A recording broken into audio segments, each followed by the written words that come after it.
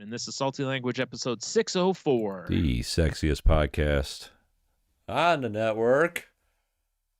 If by sexiest you mean cheek swollenest, Yeah, how's that working out for you? It's not really that swollen, actually. I mean, you can see it's not. You can't really see anything. Just in general, though. Yeah, I guess we should talk about what's going on. Yeah. Well, a while ago, I had a tooth I needed a crown on. And while I was waiting to get the crown, I broke the tooth, like obliterated the tooth, basically. Pretty much all that was left was like the floor and one wall on the outside. That's what was left of the tooth. And, the dentist actually was like, we could probably, build you a tooth. And I'm like, why? You can rebuild it, make it stronger. Well, not really. Yeah. And I'm like, because I'm like, I know that then I'm going to have probably those parameters like you do with your tooth, kind of just be careful of hard foods and blah. It's like, as fuck, I don't need the tooth. Just get it out of my mouth. So anyways, I, went last week thinking that's what I was going for, only to find out that they had me scheduled for a filling because I had like a very small bit of decay or whatever shown on the tooth, so they just, basically just buffed it out. And like, seriously, I think it took longer for them to numb me up than it did for her to do the work. That's hilarious. Like, that's how small the thing. It was very surface oriented, which is good because that means they catch it before it gets deep in the tooth. But anyway, so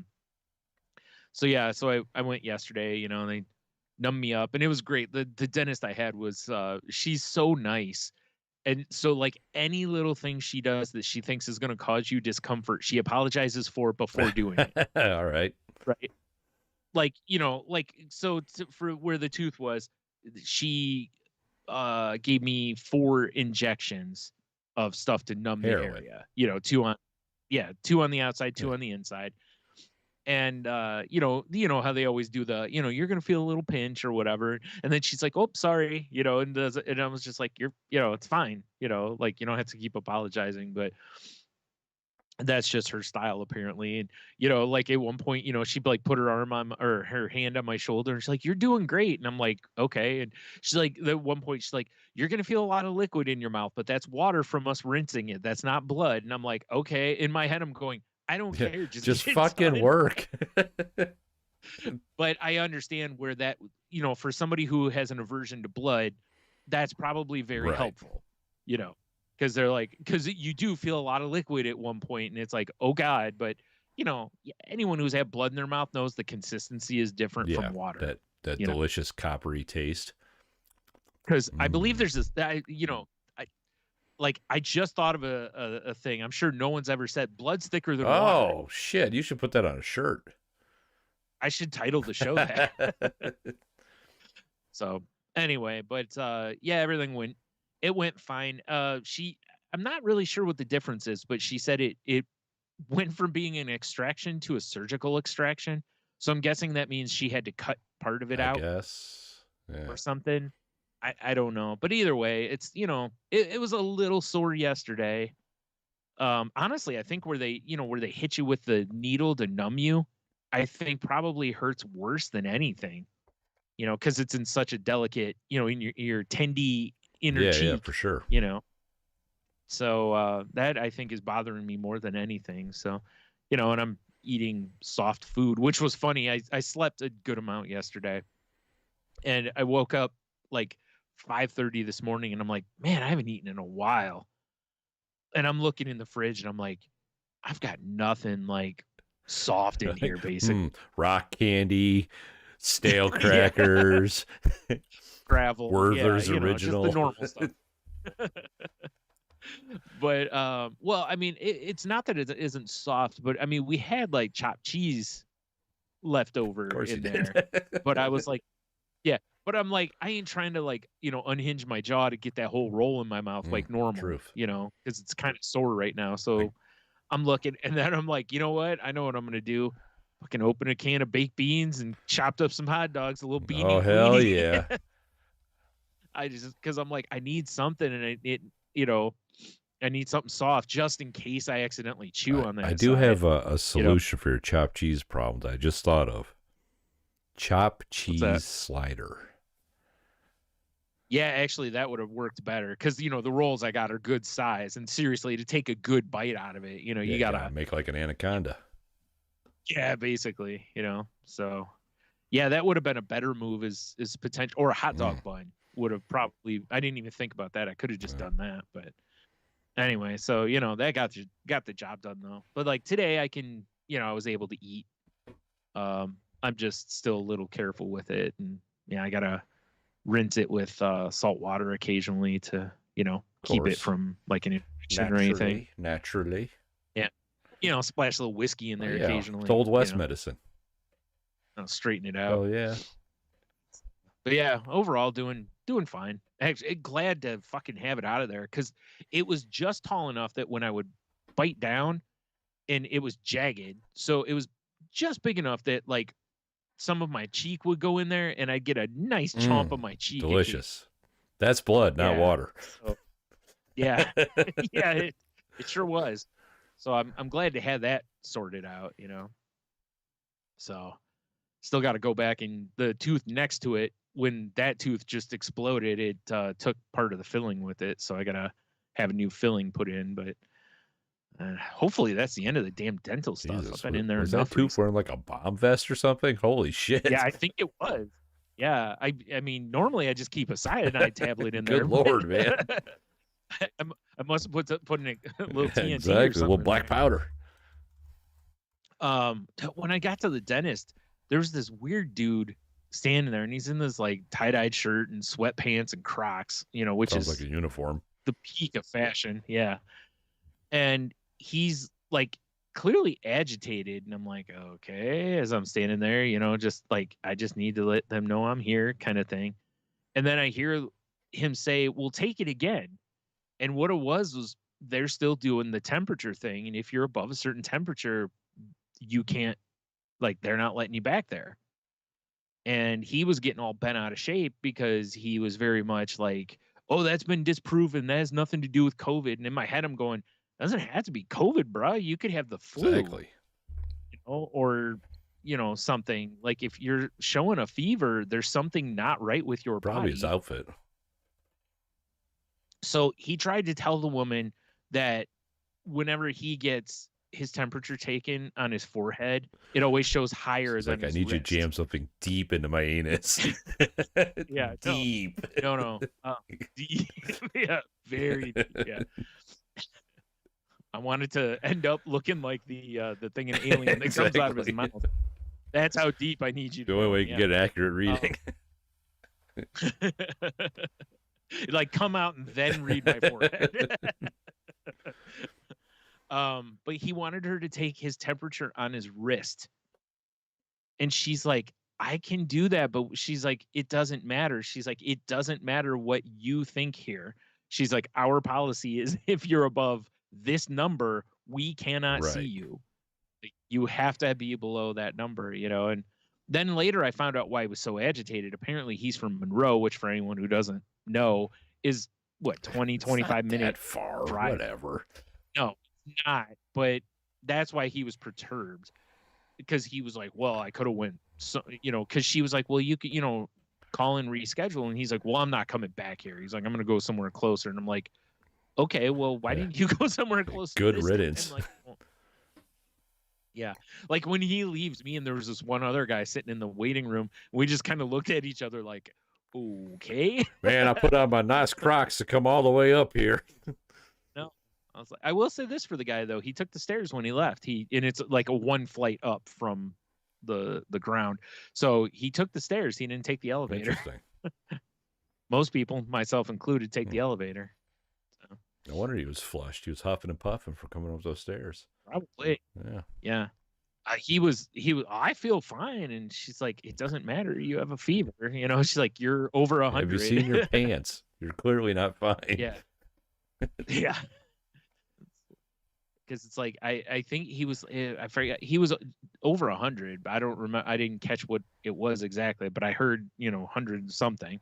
So it's like that's a low grade fever, buddy. You gotta go home and I don't know. Smoke some more weed because I'm guessing from his smell that's what he does a lot. Fair enough. Maybe that helped him, cool down. I don't know. Gotta chill out, bro. Yeah. I guess I don't know. It's just strange. So, and afterwards, I felt so bad for the woman who was working the desk because you can tell she's very much not a person who likes confrontation. Like, because he wouldn't listen to her, and she went and got the woman who's like in charge, who also happens to be a rather large woman. And you could tell that woman came out and was very much like, I ain't taking your shit. She basically went and got the pit bull. Yeah, she's the seasoned veteran for sure. Because she came out and that was the woman that was basically like, look, it doesn't matter what you think. It's like, here's the policy. What I thought was funny, though, was the other dude sitting in the waiting room didn't have a mask on. And the policy of the building is you have to wear a mask while you're in there. Until obviously you go back. Did he go in before you did? I was like, maybe, you went back and then they just started beating his ass in the waiting room, threw him out. Maybe. Yeah. But that I found a little interesting and then two more guys came in. Well, no, they were coming in as I was leaving and they didn't have masks on and the girl didn't say anything to them. And I think it's her. I think she doesn't like confrontation. And I bet she's not saying anything because they have masks literally right inside the door of the building itself. And then right inside the dental office, right as you first walk in, there's a sign that says, she's probably a little shook from sweatpants guy.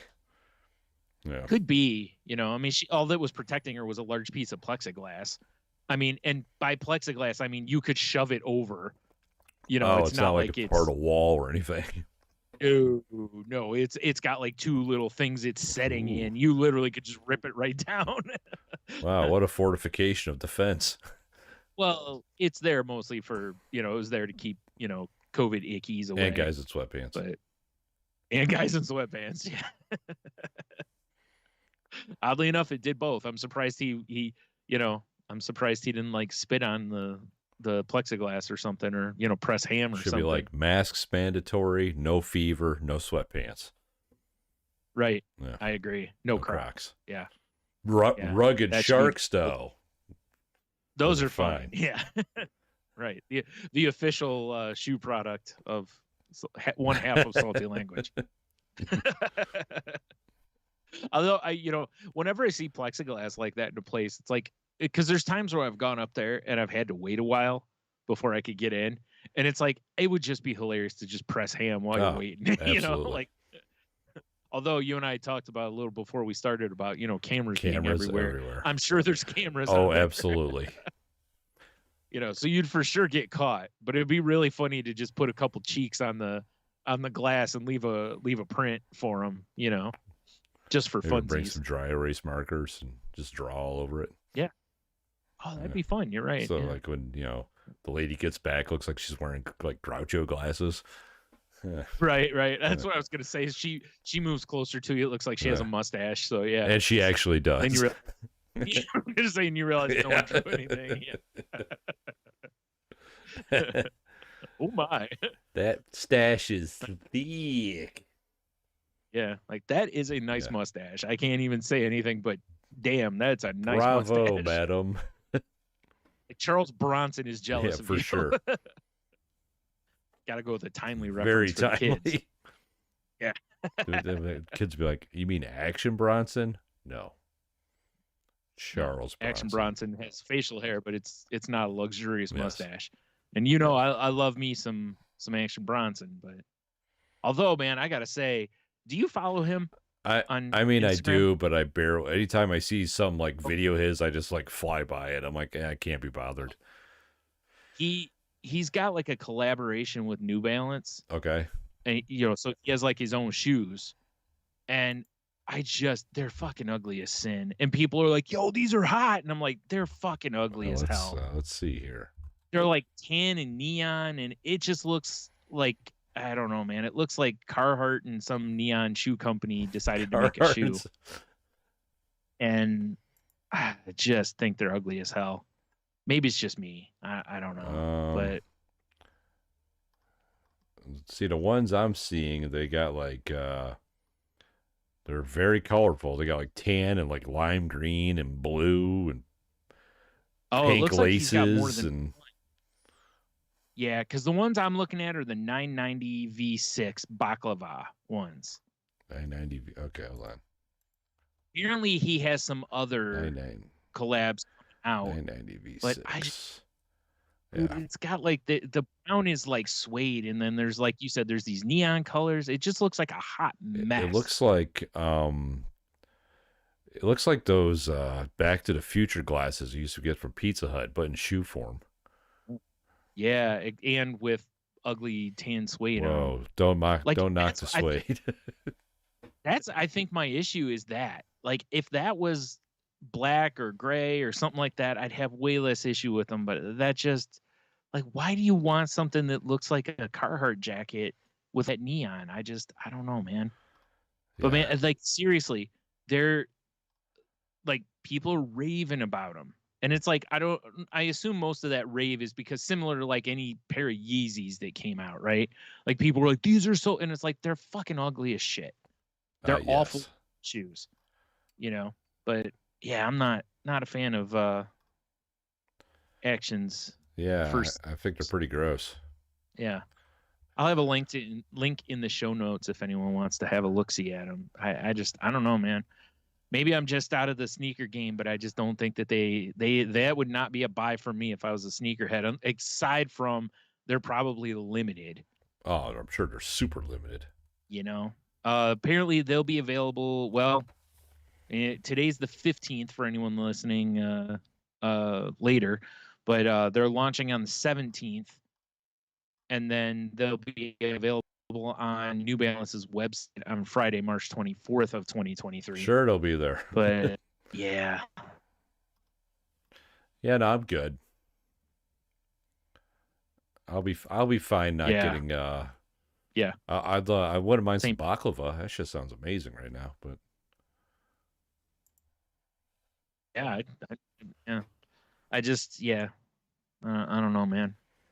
That just reminds me of it reminds me of, like, when I was taking graphic design stuff, and, you know, like, a lot of nights, because I didn't have a computer at home, I'd be sitting in Kinko's, you know, doing my homework, and you just see people coming in designing their own stuff, and I'm just looking over their shoulder going, "Ooh, that is not somebody who's ever had an art class." Oh, you mean like a flyer? Yeah, I got you. Okay, yeah. Yeah, that's my favorite, when you see them hanging up on a light post or something. Can't even read them because of the color choices. Yeah, or back then. Yeah, exactly. Or back then, you know, at Kinko's, and I forgot what the other place was called at the time, that was same idea. They didn't have actual graphic designers working there. They had desktop publishers, which sometimes was somebody who was in school for design, but generally was not. It was just somebody who they taught to use the program. So they have all the knowledge of the program with zero knowledge of art. That works out usually. You know, rules of design. Yeah. And, you know, you just see some of the stuff come out of there, and I'm like, oh my God, this is so bad. You know, but the person's happy with it. So it's like, well, I guess it's fine. You know, that's the goal, no matter whether you're a certified designer or not. That's you know, true. If the customer's happy, you know, your job is to make them happy. It's not to design what you want to design. Doesn't matter how shitty it looks. You know. Yeah. So, I don't know. Anyway. Oh, God, I've been tired, Brian. Daylight savings can go eat that guy's feverish asshole. Wow. I have a feeling he's probably cool with that. Yeah, no, it's been rough, buddy. You know, that's why, like, Monday, I'm like, bro, no way I can record tonight. I was so yeah. Well, it was funny too, because, like, when you mentioned that, and I'm like, oh boy, because I'm like, I know Tuesday I'm having that tooth removed, and so at least Tuesday I figured was going to be right out, you know. And then I'm like, shit, I got to do Crazy Life this week, so I don't know if that'll be Wednesday or Thursday. Plus, I was like, oh, you usually, like, sometimes you have the kids over for dinner it's Thursday on Wednesday. this week, so that worked out. Okay, I'm like, well, if he can't do Wednesday, I'm already booked Thursday. It's like, shit, we might be looking at a Friday. So, which is good because we do this tonight. I'm doing Crazy Life tomorrow, It's so all working out. everything will slide. Yeah, slides in where it needed but to. Man, so, it's. I mean, even like I told you earlier today, I'm still struggling. I just can't fall asleep. Yeah, it sucks. Right. It's so weird how that 1 hour fucks people so much in both ways, not just now, but when we fall backwards is where it fucks people like me more so because it eliminates a lot of sunlight. So it's really, whereas the worst way it affects me currently is that the sun's coming up sooner. So right as I'm about falling asleep, the sun's coming up. Yeah, that's basically that's the thing is like otherwise, well, actually where my bigger problem is I think I've talked about it before. There's a bathroom right next to my room and there's a skylight in there. And when the sun's, super bright, it comes through that skylight, there's a white wall right outside my room. It hits that and reflects under my door. And it's almost like I have a low level light on in my room. So I have to keep and shut the bathroom door. You just got to get that staff from Lost Ark. You can figure out where the Ark is. Yeah, you just got to wait for the right time of day. Yeah. It's perfect. Yeah. It's probably going to just point right to the toilet. Exactly. Raiders of the Lost Shark. Yeah. I like sticking my arm in there, rooting around. Like, gotta be in here somewhere. Besides, not sleeping too hot, it's been all right. It's been weird because we're really slow at work. So, I got out of work today at like 2:30, which is strange. Oh, wow. Speaking of dentists. No. Anyway. I loved somebody on Twitter I saw put, that's got to be the time that like you can never go to the dentist at 2:30 because all the dads have taken that spot up. And I'm like, that's pretty good. That's pretty brilliant because that's probably accurate. Because there probably are a bunch of dads that are like, oh, what time would you like to come into? You have anything around 2:30? Waka waka. They're like, oh wow, we've never heard that one before, and they just mark a little thing on the Martha, wall next to them. Yeah. Well, you got another guy in tie dye and Crocs. Over the weekend though, we like a month ago, maybe a month and a half ago, we got free tickets for Fantasticon because we went to our local record store and they just had a flyer up and the guy's like, "Do you want tickets?" We're like, "Sure," And then we got 2 more tickets at a coffee shop because I text the kids. I'm like, "Hey, you guys want to?" Like, "Oh yeah." And Logan ended up oversleeping and missing the whole thing, turd. But let me tell you, Brian, downtown Toledo was fucking on fire. We went on Sunday, and they redid the convention center downtown. It's very nice inside now. It's very nice. Right. But they had Fantasticon going, an art show going, and a dance competition all at the convention center. Right? That's right. I forgot. Yeah, I remember hearing about the art show too. Directly across the street at the Huntington Center, the rodeo was in town. So it was an interesting mix. The guy dropped Leah and Michelle off so I could go find parking because all the garages were full. Oh, I thought you were going to say that you dropped them off at Fantasticon and went across the street. Hell yeah. I mean, I do have cowboy boots. It was an interesting mix of me driving around trying to find parking, seeing people like cosplayed and dressed up like as furries mixed with people in full cowboy gear. It was an odd combination of people. Yeah. Wow, so they're still like double and triple and quadruple booking down there. Like, remember the last time you and I went, there was, what was that, like an RC like plane thing or something going signals, whatever they call it, that was going on. Yeah, it's a huge convention apparently, and that was going on at the same time, and there were people everywhere, but we were still able to find parking then. Yeah, it was insane. And then getting into Fantasticon, I mean, they had it in like a half hall. And it was so packed. Oh, so they don't have as big of a space for it It was as so they did before. packed Okay. that we kind of walked around as much as we could, and we left. Yeah. You know, and in hindsight, I think maybe former podcast guest Travis from Source Point was there. Because I was looking around for people that we know. You know, I was like, well, maybe I know Stephanie's kind of backed off a little bit over doing the cons. And so it's Casey. But I was like, well, I'll look around. Maybe Palicki's here now. You know, but we were. He wasn't there. You're right, because he usually posts about it on his. Well, Michelle she found a little set of like miniature dice for D&D. They're adorable. So as she's buying the dice, I turned around and there's this like little tiny table with a Source Point banner, like behind me, and there's a booth next to it where this guy was selling plushy kaijus, and I'm like looking at the guy and I'm like, I think that might be Travis. But I don't know him enough to be like, hey, you know, and he should a big old hug. But I don't know. Maybe, you know, when Dev listens to this, he can confirm or deny or whatever. But it was weird though, man. I'm sad. I'm sad to hear that because, like, remember when we went? It was it the first or the second year that they had it? I think it was the first year that you and I went. And then the year after they moved, but they expanded.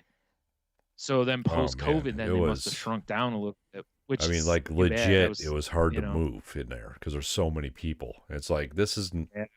Yeah. And it sucks because so many people like me. I'm okay being in a crowd, but if I feel tight like that, I have Leah's to get away like from that, it. and so, Michelle. I felt even worse for Michelle because you know her mobility's been kind of off the rails lately. So we checked out a wheelchair for her at the security booth, so I could just push her around. She could actually like enjoy herself. Sure. And you know, imagine being at ass height, surrounded by you know comic nerds. That's a bad zone to be. That's a bad place to be in. Yeah, you're right 100%. At funk level. So so it's like it was, and you know they had like. I'm sure it wasn't the actual one from the movie, but they had like Marty McFly's truck there, the Toyota, and a guy, and I heard the guy talking because as we were squeezing by, there's a DeLorean there that a guy bought and then made up to look like the DeLorean from the movie, and sure. Yeah. Well, like when we were there, they had the Ecto-1 replica or whatever. The Northwest Ohio Ghostbusters were there, and they had a Ford Escape that was supposed to be like Ecto-1. It's like, bro, that's not a vintage hearse. Well, Ford Escapes didn't so much exist during. So I mean, you know, for a Toledo convention, it was what it was, but it kind of sucked because it's like you can't. We didn't get a chance to like look at any of the vendors because it's like it was just so packed. That sucks. See, that's part of the reason why I've never really wanted to go to San Diego Con. Was because when I see pictures of the crowd and I'm just like, dude, no. Like it just looks like it's a real pain in the ass to move around. That's why I liked Fantasticon, because when we went, and you know, I've been to even like Wizard World Chicago and stuff, it was like you could move around. I mean, it's busy, of course, but it's like you could still navigate the aisles, or Motor City Con, you know, usually you get around pretty easy in there. It's like, so I never was big on the like I said, like San Diego cons. Like I see those pictures and I'm like, nah. Yeah, no, I'm good. If it was if the same amount of vendors and like people signing, like the guy who's the voice of Brack and the guy who's the voice of Frylock were there. Because I walked by and the Frylock guy was talking and I'm like, I know that voice. And then blah blah blah, the voice of Frylock. I'm like, oh, you know. But if they would have had all that same stuff in just a slightly bigger space with a little bit wider aisles. I guess there's always that possibility that, you know, post-COVID, maybe they didn't have a lot of people, so they stayed small. Maybe it's overpacked this year, you know, and maybe they'll open it up a little bit. And there was some cool, I mean, you know, it's Toledo, but there was some decent cosplays. There's like a 60s Batman and like a Michael Keaton Batman. I don't know what this dude's dress has. He had this giant crazy costume with these like mechanical spider legs coming off him, and there's some cool cosplay that I saw, but At the same time, Yeah. we were there maybe a half hour. And it's like, all right, that's enough. You know? Right. Yeah. And Yeah. I honestly felt more bad for you remember in the lobby of it's not called the Seagate Center anymore. It's called the Glass City Convention Center. I don't know what it's. But in the center of that, there's that like kind of resting area in the lobby. Well, they have a coffee shop open there now. And I felt so bad for the two people working it because it was fucking slammed. Yeah, and they were running around like idiots. I felt so bad for them. I'm sure hopefully they cleaned up on tips. But yeah. Yeah, hopefully. Yeah. It was a little strange though, Brian, but I mean for free, whatever. You know? Yeah, exactly. It's like I keep seeing like there's one up in like Monroe yearly now, and I haven't been up there to it yet. But I assume it's probably smaller than the Toledo I would hope one. so, honestly. Well, because I mean, like Motor City Con runs 2 a year, and that's in Novi. That's drivable. That's not very far. I've gone to that in the past, and we've gone and come back in the same day. No problem. But so I don't know what they draw in Monroe or what it looks like or any of that stuff. But I can't even. I think it's somewhere near my birthday. If I'm not mistaken. Yeah. So I don't know. One of these years I'll probably check it out, but I haven't yet. Obviously the last few years I've been a little leery of anything that says convention or, large gathering because you didn't go to any of those Trump rallies? Did you celebrate Pi Day properly? Oh, no, I'm so disappointed. I'll tell you what. I'll tell you what. Here's the thing. This week it's got a few interesting days because yeah, right. Because you have Mario Day was 3/10. Then you have Pi Day, and tomorrow we have the one day of those three that I'll really celebrate, of course, which is 3/16. Put in Stone Cold Glass Break and music here. Yeah. So I always love I'm a big fan of seeing the memes and stuff that people drop on 3/16 day because there's usually some decent I've been ones kind of done. working on a Stone Cold idea, and I didn't even think about it. I should hopefully try to wrap that up for tomorrow. Yeah. Yeah. Because it's for sure 3/16 day because Austin 3/16 says I just whipped your ass. Excellent work, Austin. Yeah, I forgot it was Pi Day until I went to my first break at work, and there was these tables set up full of mini pies. And I was like, what the fuck is this? And then they had a sign. I'm like, oh, yeah, Pi Day. So I had a little coffee. Sweet. Wow. Well, that was nice. They're really trying to do stuff like that more now. Yeah. Which is nice. Yeah. Yeah, so I got a little personal cherry pie, got another cup of coffee, had a nice little breakfast. But then at the end of the day, I'm coming. Right. Did it did. Smile to your face? It did. 5 miles away? 3 miles away? It was remember 4 how many and a half. miles it was. All right. Okay. But coming home from work, I was like, I should get a pie, or I should make a pie, whatever. Because it's Pi Day, and Michelle likes pie too, so whatever. So I stopped by the store, and first thing I did is I went to the bakery and I eyeballed the pies, checked the prices. Yeah. And I'm like, I bet you I can make a pie cheaper. Nope. Yeah. You can't. Nope. Okay. I went and looked at canned pie filling. One little can isn't enough.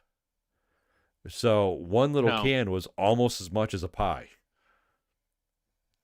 Oh, yeah, because it's weird when you if you go to Kroger and you're looking at pies, they have really low end pies, and then they have usually they have pies that are $3.99, and then they'll have other pies that are $12.99, and I'm like, I don't understand what the difference other than one's maybe a little bigger, but it's I can almost buy 4 of these other pies. I even checked the frozen pies. Nope. I'm sorry. Yeah. So it's oh, okay. So I guess this is what we're doing. A Food Town fucking bakery pie, my guy. Little strawberry rhubarb action. Yeah. Gem mint. Fair enough. But I couldn't believe that. I thought for sure. I was like, yeah, making a pie is going to be cheaper. I couldn't believe it. Right. Yeah. So stupid. Well, I told you got to quit putting, gold in your You pies. don't like a good bouillon pie? Yeah. Who doesn't? The funny part is you said bouillon, and I'm thinking like chicken, beef. I wasn't even thinking gold, but delicious. Yeah, because nothing brings out the flavors of a strawberry rhubarb little beef pie bowl, like little a little cube. beef bouillon. We also got St. Patty's Day coming up, which I could really give a shit about, honestly. Same. I mean, it's we've talked about this in the past, how it's amateur day. Like, it's for sure a day I don't like going to bars. I don't like going to any of that stuff because everybody there is there to get fucking ripped. And I am not in that game anymore, and I don't want to be around those people. And also, that means that a good chunk of them will also be driving afterward. So that's one of those days, much like Cinco de Mayo and New Year's Eve, where I'd much rather just 100%. Stay home. I mean, I wouldn't mind going out and getting a draft Guinness because I love a Guinness. Yeah. But at the same time. Right. Well, Pavlov's, I believe Friday is having something called, was it a Shamrock Stout? I think it is. But it's going to be fucking crazy. Day. I mean, it's going to be Yeah. nutty. Yeah. I was so hoping it would come out like the day before, because if so, I'd be like, hey, you want to go grab a quick pint? Pre-St. Patty pint? Yeah, but on St. Patrick's Day, it's I know, right? Maybe earlier in the day, but it's probably people not, wake up and start drinking on St. Patrick's Day. Well, people take the day off. I've never understood. I've never taken a day off for St. Patrick's Day. I don't understand it. Me either. I've to this point, I've still never gone out. I have a couple times, and it's really not. I mean, it's fun, but it's not worth it. Yeah. I just have no interest in it because, like, there's tons of people that are like, I remember Jen used to, like, for years, she was like, I want to go get a green beer. I'm like, why? It's just food coloring and beer. It isn't anything special, And it's like, and it's always in terrible beer. You want a green Bud Light? No. Actually, no. Nope. I don't want any Bud Light. Yeah. I drank a Bud Light last week out of protest because it was in my fridge and I was outside doing stuff. I bought a 6-pack for Michelle's dad. They came over for right. Okay. Yeah, they came over for Leah's birthday party, and I was like, I should buy some Bud Light for John. I was thinking maybe you made like beer can chicken or something like that, because I know in the past you typically don't use anything crazy for that. I would probably buy like cans of Banquet, because at least I could enjoy those. Yeah. Right. That's why I was kind of surprised. I took my first swig, and it's just like, ugh. I don't understand. Yeah, oh, that's fair. He's a Cheetos at work. Hi, Cheeto. I know, right? Cheeto's you better be working them pepperoni rolls towards Toledo. What pepperoni rolls? We don't know anything about no pepperoni. I kid. I did find out something fascinating this week, though. What's that? That where Cheeto works, they have pepperoni rolls. That too. That Annalise used to work at a comic book store. Yeah. Right. That's a very old callback. So the New York dirty water dog. I always assumed, that's on me for assuming, that the dirty water was representative of just hot dog water. Oh, I thought that was just they just squoze some garbage into a container. That garbage juice that S. Anthony talked about years ago. Yes. I didn't realize they call it dirty water because it's a spice blend. Right? Oh, I didn't either. I'm with you. I just assumed that New York's water was dirty and that was from the hot dog. Because we ended up having hot dogs the other day. Actually, on Pie Day, now that I think about it. Because we had pie for dessert, though. Well, that's our QofheW this time is is a hot dog hot dog pie. Oh. But I mean, maybe if you do it right. I'm vetoing you. The right crust, some baked beans in there, onion, hot dog, some cheese maybe. I don't know. You might be able to do okay with it. I'm not feeling this one, man. Maybe a hot dog empanada. No? All right, fine. It's like a hot dog hand pie. Yeah, that's what I was kind of thinking. Anywho, Anyway. and because you know how when you're like me when I'm doing dishes or something, I just have YouTube going. I got my earbuds in, and sometimes it just starts playing videos that are just you don't really want to watch, but your hands are covered in shit. What are you gonna do? So it started playing this like hot dog styles from around the country. I'm like, whatever. I guess I'm committed because I'm doing dishes. And yeah, that's what I found out about it's brown water because of the spice blends, and I was like, what the? And okay. Well, Does it I say looked what it kind up. of spices? Right? I'm just.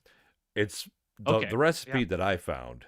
It's basically like the seasonings you would put in your chili. You know, and then it's like a little oil, some vinegar, some ketchup too as well. That's so weird though, because you would think, okay, most hot dogs are in a casing. So how does it like permeate? Do they like take a fork to them or something? Or honestly, but I made the dirty water and I boiled the dogs in it, and they were fucking tasty. Yeah. And I was like, I've always been I don't like boiled hot dogs guy. This might have converted me. Same. Okay. Well, yeah, because I can see too. Unless a sophisticated man such as yourself sous vide those hot dogs. I've actually thought about that. Of course you did. That was why I said it, because I'm like, I bet this has already crossed his mind. Yeah, because I pulled them out of the freezer. That's why we had hot dogs. Because we had nothing planned for dinner. Over the weekend, we were both like, God, I kind of want a hot dog. And I was like, well, they're frozen. I'm going to boil them to thaw them out and cook them. I should do the dirty water dog. And that's where it all came from. But, dude, I'm a convert. Like, at any time I'm going to make hot dogs inside, I'm going to do it that style. I'm doing dirty water. Yeah. I kind of want to, like, because I know what I put in my chili. I want to do that. Yeah. Just see just see how it turns out. How it turns out. Yeah, because it's like cumin, chili powder, garlic. You know, it's all the stuff you'd season a chili with. A basic bitch chili, but a chili. Right. Well, I mean, it's going to be pushed around in a cart. So how I got a feeling. I bet you some of these dudes with hot dog carts probably like Defender Spice Blend of their life. Because it's probably it's like a yeah, I can't say the word. Probably. That's it. Proprietary blend. Yeah. Yeah. You're probably right. Because, and now the next question would be, is there a difference in regions with dirty water dogs? Because dirty water dogs don't just exist in New York. That's just where they're famous. But there are dirty water dogs in other areas. Do they just use the same concept? Or do they bring, like, you know what I mean? Like, if you have a sandwich out in San Francisco, it may be called the same thing as a sandwich in New York, but there's usually like this one has avocado or something, that makes it, West Coast or something like that. Yeah, it makes me wonder if there's a good chance. I don't know. Regional differences or barbecue. Barbecue blends change, from person to person. It was interesting though. Like I mean, they were boiling, and we're sitting in the living room, and like Michelle's like, God, that smells so good, and I'm like, I know, right? So you put it in there before, like when you put the hot dogs in, or I mean, I just like I filled the pan of water, and as it was heating up, I just started throwing spices in it, and then once it started boiling, I put my dogs in. All right. And I mean, to be fair, the recipe I found called for beef broth instead of water, but I didn't have that much beef broth. That's wow. So you do the whole thing with beef broth instead of water. But I mean, dude, once I was eating it and smelling it, I'm like, this makes sense. Because if you make rice with just plain water, it sucks. Yeah. Yeah, you add a little zest to it, a little bing, a little, Yeah. Yeah, I don't know. It was weird. Huh. Yeah. That is interesting. I didn't. And boy, is it a filthy looking. I mean, it basically looks like straight up liquid shit water, but oh yeah. Oh, I'm sure. It was quite tasty. Some good shit water is what I'm saying. Right. So what you do then is you save that water and freeze it. And then the next time you make dirty it, water your ice base. Yeah. I saw online the other day that someone posted something like that. That was like, use hot dog water for when people come over and want ice. Oh God, that's vile. Yeah. Imagine nothing like, hey, this can you put a couple ice cubes in my Yeah, sure lemonade? thing, No bud. problem. That'd be like your good friend comes over and be like, do not take ice cubes out of the red ice cube tray. Yeah. Yeah, get them out of the blue one. The red one. Red equals danger. Right. So it's nature's color. Yeah. Right. Like, hey, the red one's empty. I'm gonna get some out of the blue, or the blue one's empty. I'm gonna get some out of the red. No. You just hear clink, clink, clink, clink. Yeah. This tastes like hot dog. Or you'd be like, that's good. That's really good. I don't know what I don't know what it is, but man, old fashioned tastes better at your house than anywhere.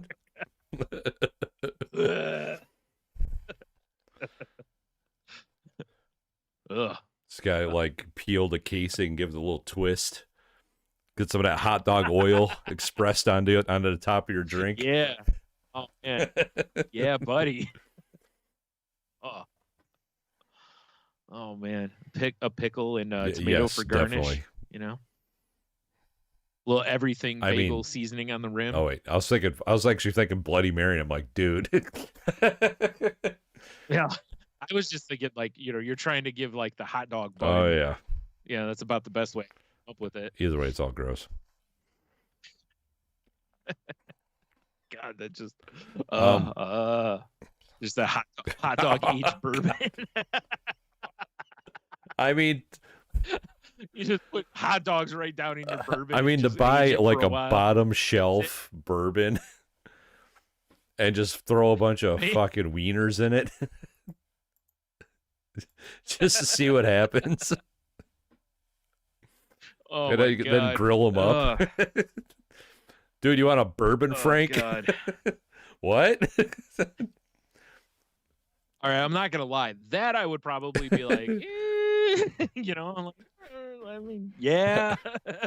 I've been aging these Hebrew National wieners on oak staves and Maker's Mark. Oh God. Oh God, that's something. Wow. Yeah, that would be. I'm gonna shift gears to something a little more delicious. Yeah, right. Did you get into those peanut butter cookies? All right. So dude, Cheeto, cover your ears, because I know your daughter sells Girl Scout cookies.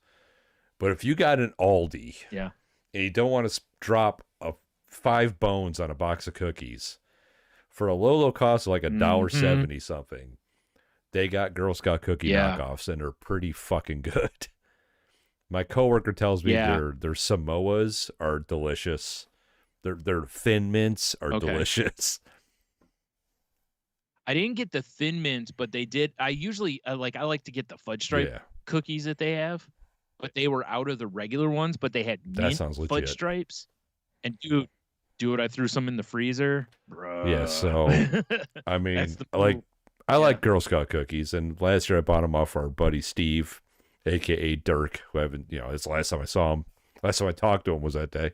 Oh, and I can't do it, guys. Like, if Cheeto lived by us, I would buy some cookies from his daughter because Cheeto. Because I respect the Cheeto family. But I can have these cookies year round, sir. I don't have to wait for cookies as long as they sell out.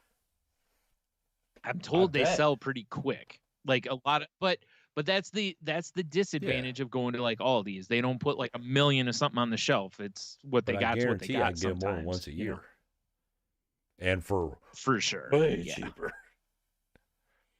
Way cheaper. I will say there aren't the package. Oh is yeah, a little you open it up here because there's like 4. Like there's a lot. There's not. Yeah. So for sure, if you're buying a pack, anybody listening, make sure you just go ahead and grab like 6 or 7 because you're trust me. Because we no more opened them and it was like, wow, these are half gone. Like it's not one of those things where you're like, oh, okay, here's a chocolate sandwich cookie that's almost an Oreo. Like, I dare say you get some of these Aldi ones and some Girl Scout cookies, you put them side by side, you're not going to be able to tell. Yeah, they're like the same. Yeah, they're like the same cookie for a while. We should do this. For a while. Yeah, we should. Reese's had some out for a while that were the same kind of cookie, but it was with Reese's peanut butter, and they were so good, and they quit making them. Because like Hershey's, I think, put out, there were like 4 or 5 cookies they put out that were basically Girl Scout cookies. Like they had a Thin Mints, they had those. I don't remember the other ones, but there were like 3 or 4, and I was like, oh man, these are, and and they were right on par price wise, but you got more in the package. It was like, these are Girl Scout cookie killers if these catch on, but they must not have caught on because Girl Scout cookies are, maybe we shouldn't be talking about these Aldi cookies on the air. Should be keeping this a secret. Yeah, you're right. Should have made it a Patreon exclusive. Mm-hmm. Speaking of Patreon exclusive, there's more content up, boys. Seek and destroy. Okay. Yeah, right. Yeah, I couldn't. Yeah. I bought them on a whim, and bro, I did the same thing because I was gonna get, because my mom and I both like iced oatmeal cookies, and they have some there, and I was gonna get some, and then I saw I was like, well, I'm gonna get fudge stripes, and I was like, well, I'll get these mint ones. We'll see how they are. They're pretty good, but man, when you open the package, it's like all you can smell is mint. No, but for sure, anyone, if you get those, dude, seriously, the same thing you do with Thin Mints, man. Just stick them in the freezer. They're so good. But then I saw those peanut butter ones, and I'm like, bro, those are tag-alongs. And it was, I don't think it was the same day you got them. I think I got mine the day before, I took a picture and text. I was gonna text you. Yeah, I was gonna do the same thing, and I forgot because I was in somebody's way in the store, and I was like, oh, I'll get out of their way, and then I just kept moving.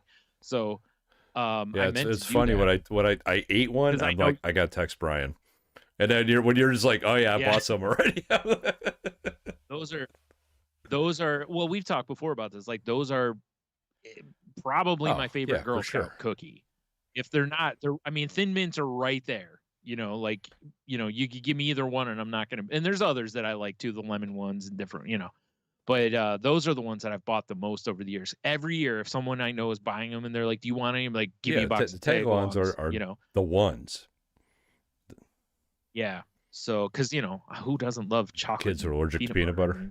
Maybe somebody. Yeah, I was gonna say maybe my nephew who's allergic to peanut butter. They'll like it once. He still might like peanut butter. Like, this is delicious.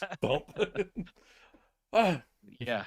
With him, you're not kidding, because he's got well, I don't know if he still does or not, because some people outgrow it. Some don't, but I can very much understand somebody going, I'm not going to find out. You know what? Fuck it. Give me that jar of chip. Let's see what's going. Yeah. Right? Yeah. Like, so, yeah, you weren't wrong, though. Those are for sure worth buying, especially at that price, like you said, because, man, you can buy 3 boxes of those basically for the price of one Girl Scout ones. And that's one of my problems with Girl Scout cookies. They're so expensive for so little. Always been my hang up, but I always buy them off of people I know. Like, I've never wandering into a store and there'd be a troop out there like, we got, like, fuck you. I want to throw them into traffic. The worst for me was when I worked at Family Video, because there was a troop that we weren't allowed to let them set up in the store, but we were allowed to let them set up in the entryway to the store. Because if the weather was inclement, or if it, like now where it'd be cold, we could let them set up in there. But otherwise, they would set up right outside the door. And I'm like, man, you're killing me. Because I got money to eat, and it's like, I really shouldn't be buying boxes of cookies. I should buy cookies are food. But cookies. I'm just saying. Yeah, exactly. I know. Well, that's usually, listen, I'm weak. I can't help it. I get it. Oh, but like during that time, there was usually, we'd have like 6 or 7 boxes. We'd all just buy some and just set them on the back counter, and they were kind of fair game. Like you'd always like maybe have some for yourself, but it's like, hey, these are for everybody. Right. Just don't be a pig about it. Make sure everybody can not be a pig. Have some.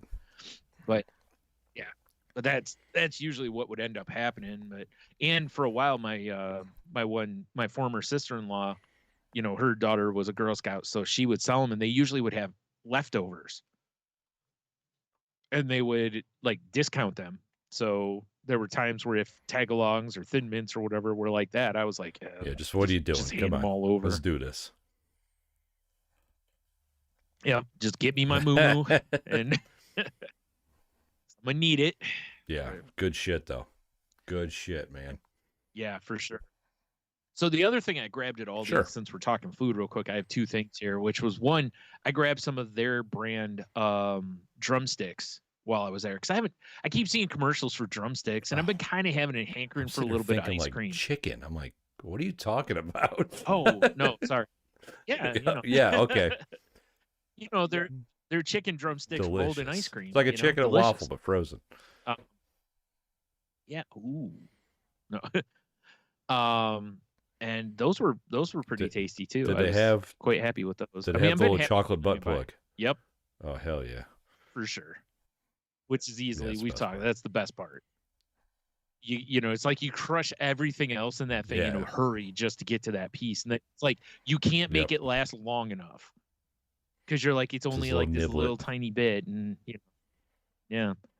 But the other thing I was gonna say was I saw this headline and I didn't see what it was, but it was like Trader Joe's to debut new everything bagel innovation this spring. And in my head, I'm going, you know, the one thing about everything bagels that I wish they had, because I'm such a garlic and onion fan, and I know you'll appreciate this because for sure you are as well. I would love to have an everything bagel where the everything seasoning is all the way through the bagel, not just on top. Right? So every bite you're getting good amounts of it. And like I said, because I don't care about the breath, and you can't give me too much. Well, you could, but it's going to take a lot to give me too much garlic and onion. You know, like I'm totally okay with it being like, you know, spicy, you know, because it's so much of it. So I'm thinking maybe they're coming up with, you know, with what I want to see, but it's not. Apparently what they're having is shoot, where is it? I lost it. Page refreshed. There it is. They're gonna have mini almost everything bagel sandwich crackers with cream cheese filling. They're sandwich crackers, so I'm guessing like Rit bits with like everything bagel and then cream cheese in the middle. Yeah, that sounds pretty fucking lit. Yeah. I keep seeing this shit, and it makes me very angry we don't have a Trader Joe's nearby. Like, I mean, our closest one's what, Ann Arbor, I used to road trip up there once every couple months. Because I keep seeing people post stuff online that they carry, and I'm like, God, I wish there was one of those close to us. Pull it up for the people to see, but I can't seem to find it. Yeah, I'm on a site called tastingtable.com. Type in Trader Joe's everything bagel innovation. That should, I think that's what I typed to find it. But yeah, because you know, I'm sure I don't know if people realize, like for a while the everything but the bagel seasoning at Trader Joe's was like people were going to Trader Joe's, buying them out and selling it on Amazon. That's how popular it was. And now every store you go in basically has their own version, you know, so which is fantastic because for a while I'm like, well, maybe I'll have one of my friends who live near a Trader Joe's send me like 3 or 4 bottles of this, you know, and now I don't have to because I can literally walk into, you know, Target, Kroger, Meijer, you know, they all carry it. So Aldi, so I saw it there too. We're talking about this everything bagel seasoning and this innovation. Yeah. I don't know if this has been done, but it should. And Cheeto, feel free to steal this for your jam session that you do as your career and stuff. By the way, I bet the pepperoni roast would be delicious. Dude, everything seasoning, garlic bread. Okay, you know what I'm saying? I'm not mad at that at all. Like, it sounds amazing to me. I make garlic bread all the time from scratch. I don't know why I've never done this. Yeah. Because you're a fucking stupid. Don't know. That's a good question. You should do this. I don't know why I've never thought of that. Because I have a big thing of everything seasoning in my cabinet downstairs. The hell's wrong with me? Right, as everyone should. Do you know the thing I use it on the most? That's a good call. Salads. Because instead of having croutons, I just do some shakes of this, so you still get crunch, like that bready type crunch. Plus the salt and the garlic and onion. There's nothing wrong with that. I used to use either. I honestly bought it when I was the keto kid, because I'd make chaffles. You know what a chaffle is, Brian? Yeah, it's a weird cheese waffle, and I'd make a chaffle, and then I'd spread cream cheese on it and hit it with everything seasoning, and that shit was fucking delicious. Okay, that makes sense. Yeah. I've seen it used on so much stuff now, pretty much, like pizza crust topper, or people just shook it right on the pizza. Chop kind of rails on their kitchen counter. Just doing key bumps. Yeah, pretty much. Like I said, I actually, in this picture I'm looking at it, I just like to keep it closer to healthy, and a few shakes of this on there, I get a little of that, like I said, that little like dry bread kind of crunch.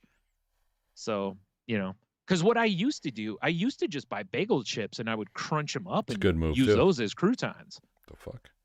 I used to do that all the time, and now this kind of gives me that same. Interesting. All right. No data. Say what I'm now? just over here. It's like I'm like on the Enterprise and my system's on fire. I'm just trying to keep the ship afloat. Well, you got to separate the saucer. Wow, that's a nice call. The rest? We're not at that point. We're not at that point. All right, good. But although, I mean, how cool did that seem when you were a kid, when you first saw that episode? Yeah, when they first do that. You're like, what? I didn't know they could do that. Fuck! What did they just do? Yeah. Yeah, whatever. It'll be all right. Speaking of stuff from when we were children's, we've talked on here before about Quantum Leap. And I happened to I finally watched an episode of the new Quantum Leap the other night. And it's good. Like, I think it's a good show. But it's I don't know, man. It's like it's so hard to take a show that when you watched it had a camp level to it, and then when they reboot it, the camp level is taken away. Sam Beckett? No, because this is in the future. This is in the same like continuity, kinda. In that Sam Beckett never comes home. Spoiler. So yeah, and they're still working on ironing the kinks out in the thing, and there's a whole other backstory thing here, but now there's like the group that works with before it was Al, who you would see, and he had Ziggy, and that was basically it was him and Sam Beckett that were the show characters. The rest were the timeline people he would jump in with. And with this one, the guy that's leaping, there's a woman that plays basically the Al role, and she's but she was in the episode I saw for almost the whole episode. But way better than Al just pop in and out and be like, "Hey, dick." Right, he would just kind of show up and be like, "Hey, this isn't right," or Ziggy says this or whatever. And the concept was really interesting. He leaps into the body of a guy in the Navy. He's on a ship, and she, like, this woman that is his Al, I forgot her name on the show, but she realizes that the ship he's on, her dad is on the ship. So she has some knowledge of what happens. Whereas normally, when he leaps in, it's just like, we have to figure out what the point of this is. Yeah, like the episode I watched, like, he's on this ship, and apparently this other ship sank and all the sailors died. So, and she thought that her dad gave the command to not respond to their SOS. So she's like, you have to get him to not, or to not ignore them, kind of a thing. And so her dad actually doesn't ignore it, and then she's just like, it still shows that everybody dies, so then there's, they have to figure out what actually triggered the stuff and whatever. It was interesting, but it keeps showing scenes back at like the base of the whole organization as like Ernie Hudson is like one of the guys on there. He's like the head of the operation or whatever. So that when I saw him, I'm like, why do I know who that is?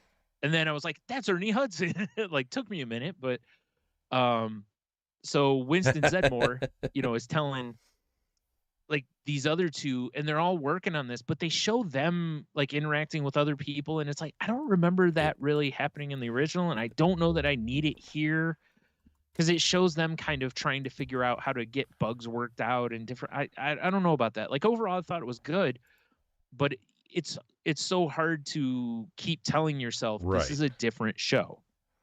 Like even though it's supposed to happen within the same, like I said, kind of the same timeline, it's like you have to keep telling yourself. It's like if you watch a new Magnum PI, I've watched one episode of that, and I'm like, there's no camp in this show. Like the guy kind of goofs around and all this, but it's like there's no camp in this show. And it's he's got a like the Higgins character in the new one is a woman, and instead of just having this like they just rub each other the wrong way kind of but they respect each other tension, it's more of a sexual tension in this one to where and it's like like I prefer the Higgins where he's the old crusty English dude with the like where were they, the Dobermans or whatever, like that's the Higgins, it's like yeah, and she's kind of his partner in this one, and I don't, it's like it, they still have Rick and TC, and the helicopter looks the same, and he's driving a hot looking does he have a Tiger's hat on? But fuck that guy. No, fuck like, that he's guy. Not, he's not.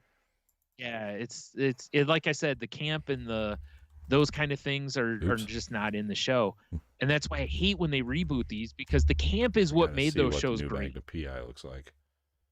Oh God. He doesn't even have a mustache. I just got the douche chills. Like he needs a mustache because I feel like that's part of the role. Yeah, Magnum PI has a mustache. It's just, if it wasn't for the stupid Blue Blood show, the whole time I would have been like, just recast Tom Selleck. Just let him keep being absolutely. Thomas Magnum. Like he could still play the role. Oh, I'm so disappointed. He could just TV update his right work now. a little bit. Yeah, but yeah. Anyway, the Quantum Leap show. Jen's been watching it. She said that most of the episodes have been pretty good, and I've seen the reviews for it are strong. It's just like I said. It's just that whole. You have to keep telling yourself that the kind of campiness of it and some of the things they leaned on pretty heavily, like, him being in, like leaping into the body of a woman quite a few times and having to navigate we that. know how he navigated it. Yeah. But I guess there's only like one episode so far of this show where he does that. Because, it's a different climate, in the 80s or 90s, whenever that was, cute and fun. Now it's like, you got to be careful so you're not like dancing the wrong line with it, But going back to Magnum PI just briefly, I've noticed in the screenshots I've seen of the new one, a disturbing lack of chest hair. Yeah, he doesn't so much. Probably shaves it down. What are you doing? You got to be a manly man like Thomas Selleck. Yeah, I know. God damn it! If I had a better chin, I would rock a Selleck's mustache. Absolutely. Yeah, for sure. You gotta have a strong chin for that, though. For sure. Yeah. So I mean, I guess speaking of going back to our childhood, Brian, you know what I revisited this weekend?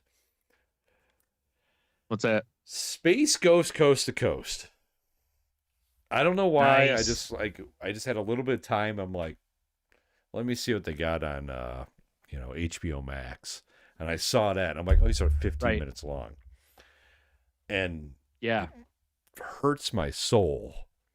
But that show next year will be 30 years old. Yeah. And I forgot how fucking funny it was. I did not appreciate it much when I was a child. I mean, I did. Obviously, we enjoyed watching it. But as an older person now, I was howling. Yeah, because I think the style of comedy of it, like I think we appreciated the Yes. awkwardness when we were young, and I think we actually appreciate the way that it's edited and the actual I jokes and appreciate the stuff whole now. thing. The whole arc. Yeah, that's what I mean. Is I feel like we weren't mature enough to really we weren't ready. understand the comedy when we were Yeah. youths. Yeah, because I watched it. I watched some Comedy Central ran it a few months ago, and I sat and watched like I don't know, like 2 or so hours of it basically, and I was the same way. So good. I was cracking up at most of it. Yeah, Yeah. I just had to share that with you. Yeah, made me so sad that it's that it's not still going. But who knows? By now, it might be really. I think tough so to do. because I think those. You'd have so many episodes. Yeah, and I think such, those the people that he interviewed just weren't really knowing what they're getting themselves into. Right. Well, that's the thing is like I remember reading later how they did the interviews and stuff. Because a lot of times it was they would just do like a producer would do the interview. Yeah, they just and then they would nicely. just cut it with jokes. Yeah, so it's if I'm not mistaken, I believe didn't former enthusiast guest Evan Dorkin work on that? I think he wrote for it. I don't recall. Because I know at least one episode he did. I don't remember if we talked to him about that or not, but I remember seeing his name on the writers list on at least one of the episodes. Yeah, it really hit the spot. Yep. Right. And then it spawned the Brack Show. Which was a whole level of weird. And then I was talking to like Michelle about it because she's never seen C-Lab or Harvey Birdman. Oh my goodness, really? Because I'm like I was like this show was like this is where Adult Swim was spawned. And then it spun off and all this weird shit. And yeah. Oh, they're so good. Those shows are all so really I kind of want to revisit all of them now. Yeah. Yeah. Even the new there's a shit, was it? I can't think of what it's called now. It's Harvey Birdman's like it's a continuation of it, but Phil Ken-Sebin's daughter is Bird Girl. I think it might just be called Bird Girl. I can't remember. And she's basically, a terrible superhero, and she's an even worse CEO. Like she inherits the company when he dies. And it's pretty funny. I've really enjoyed that too. So yeah, it's just amazing how far out that that show kind of branched. Because that was really when they were like, let's take old like Hanna-Barbera stuff and do. Let's fuck around. It was great. With it. Yeah. Man, I don't know if you've ever watched the original C-Lab, but God, it was terrible. Yeah. You're talking the actual C-Lab. Yeah, it was horrible. Yes. Yeah, but amazing. C-Lab 2020 was. Yeah. Yeah. I still love every once in a while when they'll do a short marathon or something of it, and I'm like, yes, even though I can watch it. It's on HBO, available on streaming, but yeah, I just it's just one of those things that I love. Like a lot of times what happens is like right now at 4:00 in the morning, they have Futurama on for an hour and then Bob's Burgers. Right. I usually watch those two, but a lot of times I'll turn on at like 3 or 3:30. And like right now they have Metalocalypse on, which is awesome. Got to see another Dr. Roxo episode last night, which always makes me happy. But they rotate what they put in that spot, and it's usually shows that aren't on anymore. Yeah, so it's pretty cool when they rotate something like C-Lab in for a little bit or something, or Harvey Birdman. Good, man. Yeah, it's oof. Love it. I'm not sure where we're at time-wise, Brian, but we should finish our bracket. Because March Madness kicks off tomorrow, son. Well, yeah, I'm not a big college basketball guy, But one of my friends at work was talking about, because I told you we're slow. Like tomorrow, I'll probably only work a few hours, which kind of sucks, honestly. But he was like, I just want to go to the casino and watch basketball all day and drink beers and people watch and maybe throw a few bets around at their new sports book. And I was like, God damn, that sounds like a great time, actually. Yeah. Right. Maybe someday, Brian. Yeah. We'll have to head over to the sports book and see what's up. It sounds like it's like the rest of it I'm interested. I'm not really interested in the betting because he's like, I'll throw a few bets. I really just want to people watch and drink a few beers. And I'm like, he's like, there's nothing funnier than when you see somebody at the casino sweating money they shouldn't be there with. I'm like, that's accurate. Yeah, because I'm not a big casino guy myself. Yeah. But I kind of like that idea of just hanging out, watching sports, and having a few beers in a casino setting. I've never done that. Right. All right. Well, real quick before we get to the brackets, I have a couple other things here, real quick. First of all, did you watch the finale of Brian? Last of Us? Of course I did. All right. So spoiler alerts for anyone listening in case you haven't watched this yet. First of all, is like I knew I had to avoid Twitter like all damn night because I knew people were going to talk about it. People equal shit. Right. What'd you think of it? Especially with us both being guys who never played the game, especially all the way to the end. This actually wraps up the game. Oh, does it? Just like the show. Okay, I didn't know that, honestly. Yes. Yeah. I didn't.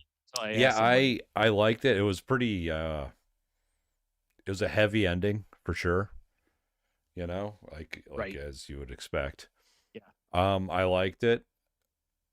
I was a little like, oh boy, this is gonna boil into something else next season. Yeah, but the funny part is, next season, I don't know where they're gonna start. But next season is supposed to start the second game. If I remember right, in Last of Us 2, I don't think Joel's involved. I believe I forgot the name of the character. Is it Haley or something like that? Is actually the character. Now, from what I've read, again, spoilers for anyone who hasn't watched, the woman, like, because they did a few times during this season where they had people who did the voices in the game were actually on the show. We saw that in a little vignette they had after the last episode. I thought that was cool. Yeah, right. And like one of the key things in this is the main character in the second game is the daughter of the doctor Joel shoots in the hospital. And she basically wants revenge on Joel, from what I understand. But again, I haven't played the game, so I don't know any of that story aside from what I just told you. But they did say that the next probably like 2 seasons are going to be used to cover the second game. So they're going to flesh out either more characters or I assume there's going to be more action because what's his name? Neil, was it Druckmann? I think the co-creator of the game. He said that there's going to be a lot more clickers in season 2. So, because once again, all through season 1, there's only 1 or 2 episodes where there's a lot. For the most part, there's only like 1 in each episode. Think about this last episode. There was only 1 that I can think of in the episode. Yeah, you're right. Yeah, it's very right early on, and that's it. Because much like The Walking Dead, you have to understand that in this show, humans are the bad guys, not the zombies. Right? It's supposed to show us how awful humanity can be to each other. Job well done, one another. And we don't even have to go that far. I mean, we saw it just with COVID, and that wasn't even, like, we saw how that's what I think makes these shows so believable is we've now actually seen a little of this and gone, holy shit, because it's amazing how people can just disregard one another and turn very selfish. You watch it and you're like, oh yeah, so this would all happen. Yeah, but I absolutely love how in the show, and I guess in the game too, it's like Joel is like, I'm not losing her. Like as soon as he realizes that they're like, hey, we basically have to kill her, to remove this cordyceps, yeah. Cordyceps, is that right? Cordyceps, yeah. From her, he basically snaps, and he just goes into fucking cold robot killer mode. I mean, dude, he's ice cold, where he's just like pat, pat, pat, walking through the building and shit. It's like, damn, So it's great because I saw so many people that were so butthurt because you love Joel through the whole season. I mean, and basically here he sort of has a heel turn, but it's not really a heel turn. They always kind of hint towards he did some awful shit, right? Yeah. And it's understandable. He's lost everything else, and he bonded with Ellie, and he can't stand the idea of losing her, and he basically damns the rest of the world potentially because of this. And it's like, when you're in that kind of survival mode, when you're in fight or flight, you don't think outside of yourself as much as you would normally, So I loved it. And I loved, like they pointed out, like you said in that little vignette afterwards, so where they're basically like, we didn't want you to, you don't have to like what he did. We just want you to understand why he did it. And I think they did a great job of laying it out, like very much that where he's at, it's like, man, it'd be hard not to do the same thing he did. So I thought it was a great season. It was weird without it having a ton of, zombies in it though. But like I said, Walking Dead did that at times where there weren't a lot of really, like, there'd be a scene where they're in an encampment and you'd see like a fence and there'd be zombies outside of it. Just like hey, remember there's zombies. But, actually the bad guys are, these weird assholes. Humans being awful. That's shocking. Right. Dude, that final scene though. Right. But I guess, like I said, I guess the game is pretty much very similar in how it goes. One of my favorite things, and I'll be done with this from my side, is the fact that people were bagging on the giraffes about how bad the CG looked, and apparently that wasn't CG, that was actual footage. They got a real giraffe and they worked with Bella Ramsey for her to actually feed the giraffe with her, out of her hand. And people were, this CGI is no. Neil Druckmann was like, that was a real giraffe, real. Fuck nuts. he's like, you could CG giraffes, but they look terrible. So that is hilarious. That was so funny when I read that. Yeah. I was like, well, that's the internet being the accurate. Internet, Wow, people suck. Yeah. Nice CGI, dick. That was real. Yeah. Oh man. So I have one story for us, and then we'll move into our brackets here, which was two brothers from, I don't know, it was Girona, who planned on swindling an Arab sheik into buying a forged Goya painting, found out they were the ones who'd been swindled when the 1.7 million Swiss francs that they had received in payment turned out to be all photocopied bills. So they sold a fake and it was bought with fake. That's money. Amazing. Right. So everybody, it was the old double cross, basically. Everybody involved was trying to scam the other. But it says Spain's national police found out about the transaction in 2014, apparently. Wow. Oh, wow. This is an old story. Why is this listed? Anyway, this is from 2015. Time travel, so, y'all. Anyway. Yeah. That'll teach me to trust Reddit. But it said that the authorities reported that they had detained the brothers after they entered the country with the fake bills. From that point, the police uncovered details of a string of backstabbing deals that had led to the pair's arrest. Funny. Oh, man. Right? Yeah, that shit's great. That's so funny. The best part is it wasn't like the police got involved halfway through and were like, okay, well, we're going to give you fake money to give them. This was literally one side going, tee-hee, we're screwing them, and the other side going, tee-hee, we're screwing them. Little did they know. And Yeah, nobody was ending up with a legitimate. That's terrific thing. Well, sorry, that was a really old story, but yeah, still whatever, for sure still worth worth it. Still funny. All right, so that's that's what I got there. Dying. Yeah. Right there. I mean, I still got 3 more bottles of water over here if I need to get into it, and some whiskey back there if I really need to get into it. Right. I think you got that mixed up. You mean you have a bottle of whiskey? Yeah, and then if I need it. If you need to get it. So yeah, last week we did a little bracket fight brought to you by bracketfights.com. Code word salty. To kick off, March Madness, and we're doing the top toys of 1989, which, man, the Western Conference NES trounced everybody. It came down to like the 8-bit Nintendo beating the shit out of its own child to the Game Boy to get into the finals. I mean, you're not entirely wrong on but that. Yeah, that was a trouncing. So we got the Eastern Conference tonight, Brian.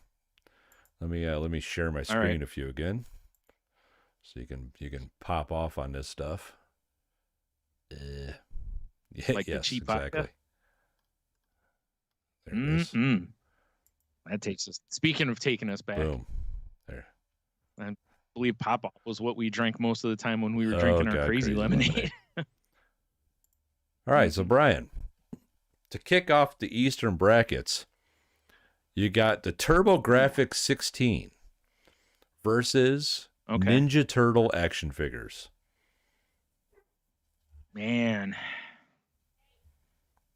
So the backstory on both of these is, you remember the story I told, was it a few weeks ago or last week? I don't remember. Was how I got out of going to camp because I got chicken pox. Well, that magical week was also the first week when I got 3, I think, of the 4 Ninja Turtles. So that's when that started. The TurboGrafx 16, I think I rented a couple of times from Sights and Sounds, but that's about all I ever played it. So I really don't have any nostalgia tied to it. I never owned it. I think it was, like I said, it was a system that really was just one I never had. And it never really caught on, never the way the other systems fan. did. So yeah. So to me, this is like a landslide victory for Ninja Turtles. I mean, because I also I still love the Ninja Turtles to this day, to where, like, when I saw the trailer the other day for the new one that Seth Rogen is rebooting, it still makes me happy to see it to this day. So, and I played with those toys like crazy, because they were, and at that time they were hard to find too. Like, my brother was hitting Toys R Us left and right trying to find them for my parents. So, also that same week I got some Ninja Turtle VHS tapes from Burger King, along with the Ninja Turtles cup that I believe is that the one I drank out of all the time? Oh. No, not a mug. It was like a white cup. Cheeto's chiming in saying that the TurboGrafx 16 was badass. He regrets selling his, and he only has the Donatello figure. Yeah, I don't have any of my Turtles figures now. I have to look at my big bin of toys. I might have a couple. Yeah. I had all the Turtles: Splinter, Shredder, Baxter, Rocksteady Bebop. Was it Thrash? Oh yeah, Slash. The weird evil turtle. Was the mutant. Yeah. Yeah. I had Foot Soldiers. I'm trying to think if there was any more. April O'Neil. I had. It's like I had a few, and then I also had a variety of the, like, remember I had the hockey playing, I don't remember, it was Leonardo or Michelangelo, and I had like a skateboarding one. I had Donatello in his, like, with his trench coat and hat to, I guess he was in the disguise, I guess, but more likely to flash ever see people. Turtle Dick? I did realize something when I was thinking about these brackets earlier over the weekend. It's like this particular bracket is flawed for you and I, because we have very similar childhoods. Because I'm the same way. Like, the idea of the TurboGrafx is cool to me, but I never really got to play one.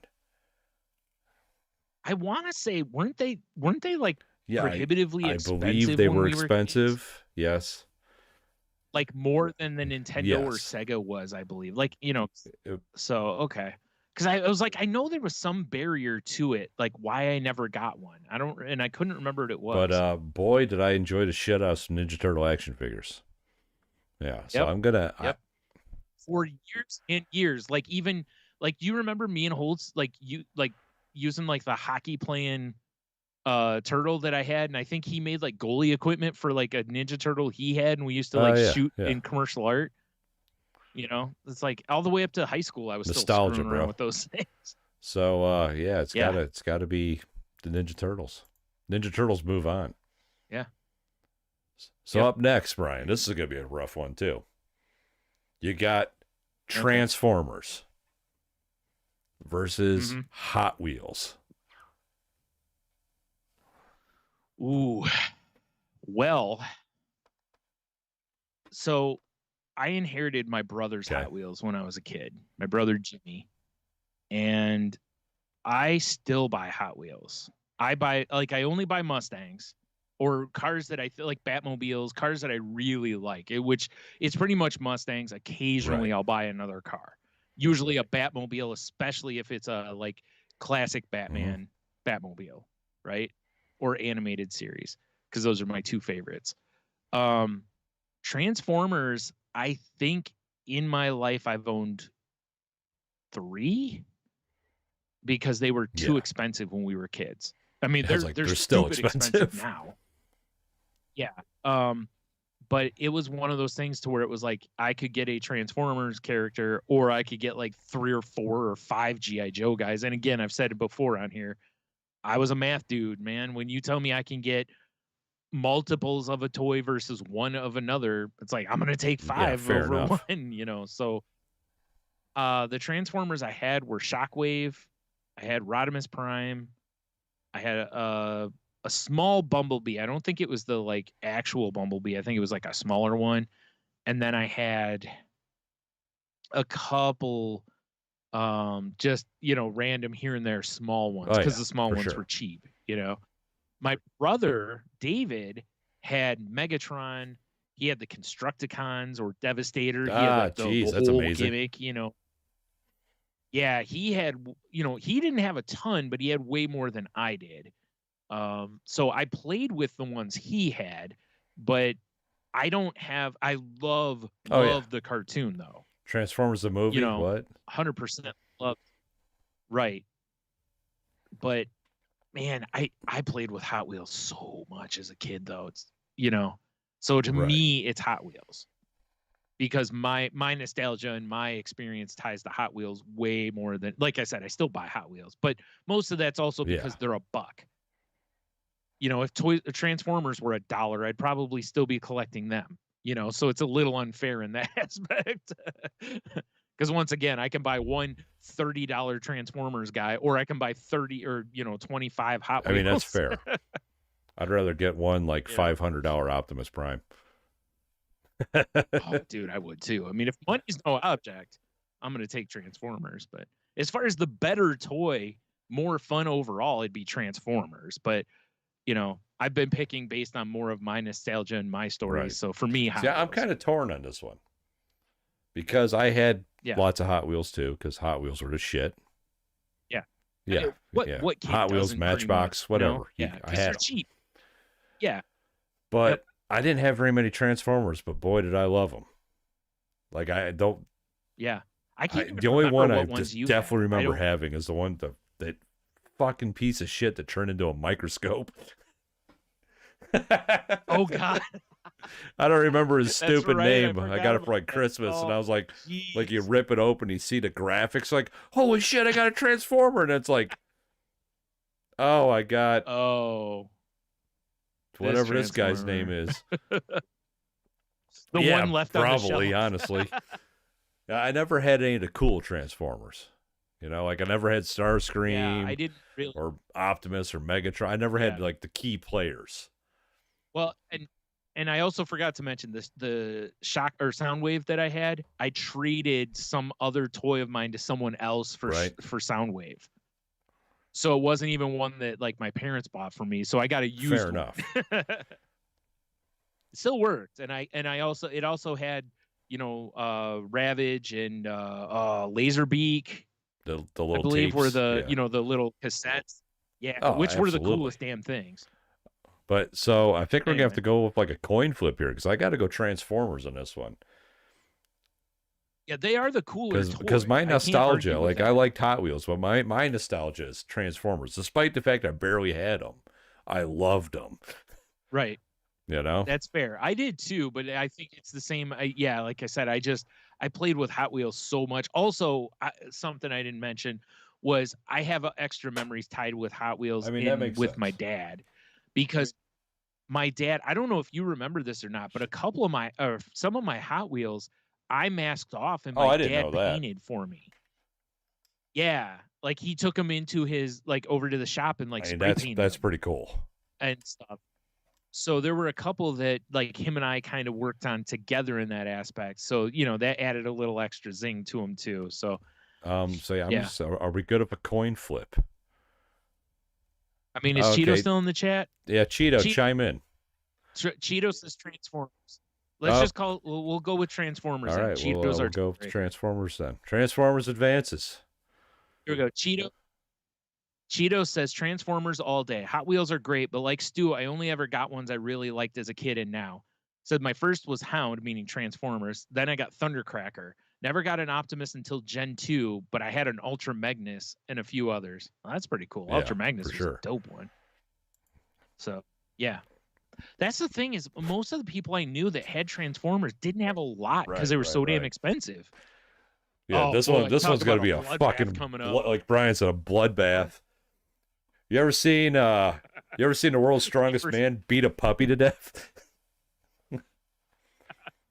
Is it? Well, so we got Polly Pocket, which actually this set I find very recognizable because Michelle painted this.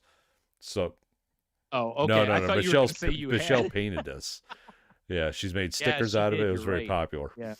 But you got Polly Pocket versus G.I. Joe. Now, I got to say, I think this is a perfect example of what you were talking about a little bit ago, about us having similar childhoods and such, because we need an advocate for Polly Pocket. Neither one of us Polly is going to Pocket's be an getting advocate. her little face kicked in. Yeah. I'll say this about Polly Pocket. I was aware of it, of course, because, you know, you see commercials. And for what it is, it's a cool concept.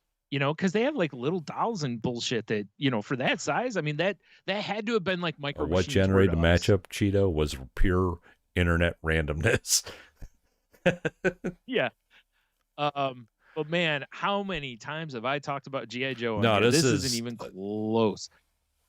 G.I. Joe might be my number one action figure. Look, I got one right here of any kind. Nice. Wow. To the fact that when they released recently the G.I. Joe classified line, which was like 6-inch versions of those characters, but they've also kind of updated them a little bit so they look a little more modern. I was so excited about that line. And I ended up abandoning it because, you know, they're like $25 a piece. And I'm like, I just can't, you know. But if money were no object, I would still be collecting G.I. Joe to this day. Because no matter how cheesy it was, no matter how dumb it was we got off of school, we had to hurry up and get home because I believe at like 3:30 it was on, and we got home like just before that or right around that time.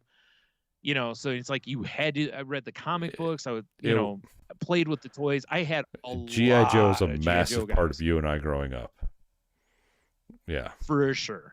Like I said, it is easily the toy I had the most of because, again, the price point on it was affordable. My parents didn't care whenever we were over at Kmart or Hills or Toys R Us or wherever, you know, and I'd be like, can I get a guy? And my dad would be like, yeah, go ahead, pick one. Because they were like $3.50 or something like that, or $5, you know. It was like, he was like, yeah, that's fine. You know, it was not that often I got told no about getting a G.I. Joe guy, you know. But again, if I had asked for, a Transformer or whatever else, it would have been like, well, your birthday is coming up, like it more like that. G.I. Joe was something on a Tuesday I could get. So I had tons of this. You had a bunch of this. My nephew had a bunch of these. I had that G.I. Joe board game, which was dope as fuck, So yeah, it's G.I. Joe. I'm not even gonna. You said everything I needed to say too, so we're just moving on. G.I. Joe advances. Right. Oh. I mean, it's a real American. All right, hero. Brian. How about the American classic Cabbage Patch Kids up against Ghostbusters, the action figures? This one's funny because you think we're boys, so it's immediately got to be Ghostbusters, right? But I don't think I had any of either of these. I know, you know what? I think after thinking about it, I definitely had some Ghostbuster toys. These? I don't remember having these, but if I did, I had like maybe Egon. I feel like I only had like one or none of these. And I feel like if I had one, it was probably more from like a garage sale. Like, I don't feel like this was a Mom and Dad, I have to have these. Because I don't think I really was as big into Ghostbusters until I got a little bit older is when I really started watching and enjoying. Because again, when you're a kid, you don't appreciate the jokes like you do. Like you don't necessarily get the, I didn't go to school for 7 years to be called Mr. type jokes. You're not going to understand that unless someone explained it to you. So this is actually a tough one for me, only because I don't really have an attachment to either one. But I mean, I guess I got to pick Ghostbusters because like right now, if you were like, I'll give you one or the other for free, I would for sure take the Ghostbusters. With me, it was, I grew up watching Ghostbusters because my dad was a Bill Murray fan. So we watched Ghostbusters. Sure. And I really got into the toys because my cousin had them. And I was like, oh, these are cool. And they kind of had like the classic Star Wars lightsaber in the arm, but it was the squiggly line coming out of the gun. You could turn it so it looked like it was shooting. And everything came with slime, which I thought was cool. Oh, that's right. I forgot about that too. Ectoplasm or whatever. I mean, I didn't have a lot, but I definitely had some Ghostbuster toys. Yeah. That's fair. I mean, and I think you're right. I mean, this is kind of an unfair bracket with some of the picks that got pulled up because of like the Polly Pocket, the Cabbage Patch, the My Little Pony. Right, because Cabbage Patch they were huge. Huge. Like they were the toy of the year probably that year or whenever it was they came out. Like if you found them in the store, you had to literally fist fight somebody for one. And those old ladies were not afraid to throw in hands. Like there were tons of, that was the first time to me anyway, that I remember a toy being something that people were like violent to each other about in the store. Like, cause it was on the news and I remember parents talking about that and all that kind of stuff. And it was like, what the hell? It's a toy, I don't even in the heyday of people fighting over Cabbage Patch. If I was the age I was back then, 10? If you went, hey, do you want a Cabbage Patch toy? I'll be like, no. No, I really don't. Right. Yeah, exactly. Cheeto said he had a Cabbage Patch. He said it was the Young Astronauts edition, and I was part of that school program, if you guys remember that. I don't think Toledo believed in space. Yeah. Well, we clearly did because they were like, "Hey, let's all gather in the auditorium so you can all watch the Challenger explode." You got your kids like trauma. Yeah. Boy, do we got one on deck for you. For anyone listening, we didn't know it was going to happen. Obviously, we just watched it live. Yeah. It's not like they really pulled us in there like that. But like I said, never seen adults move faster than that day when they were like, oh shit. Now kids have to worry about getting shot. I know, right? Yeah. That was the worst trauma I think I experienced in school outside of bullying. Like it was just like, what the fuck? Well, Ghostbusters advances. Yeah. For this sake, yeah. I mean, if you go bigger toy, better toy, whatever, Cabbage Patch probably wins, but oh well. Suck Not it, today, Cabbage Junior. Patch. So we're going back at the top of the bracket. You got Ninja Turtles versus Transformers, the duel of a century. For me, it's Ninja Turtles, I think, because again, I have so much tied to Ninja Turtles, and they were one of my favorites. Still are one of. I mean, not that I don't like Transformers. I still like Transformers. Every time there's a new Transformers cartoon, I give it a shot. I've seen most of the movies, even though I haven't liked a lot of them. You know, like I still like when they show up on Sci-Fi or TNT or something. It's kind of like the Fast and the Furious movies. You know, I'm like, well, I gotta watch. So here's the way I'm looking at it. Like toy wise, I would gladly have either one back here. Movie wise, I don't watch the new ones. I don't care. But I am looking forward to that new animated one for the Ninja Turtles. But video game wise, I've played like every Ninja Turtle game. I don't think I've played any of the Transformer games. And in fairness, there hasn't been as many, but they've not been good. Whereas the Ninja Turtle games, like the one we played in the, I was gonna say the one we played. Have in the you played arcade, a new version of the Shredder's Revenge or whatever? It's fucking amazing. But I've heard it's great. Yeah. So, but just toy alone, we're basing it. You know, this is just on the toy. I'm Ninja Turtles eking it over for me because I mean I do have more nostalgia with the Turtles. Right. Again, better toy, probably Transformers. Sure.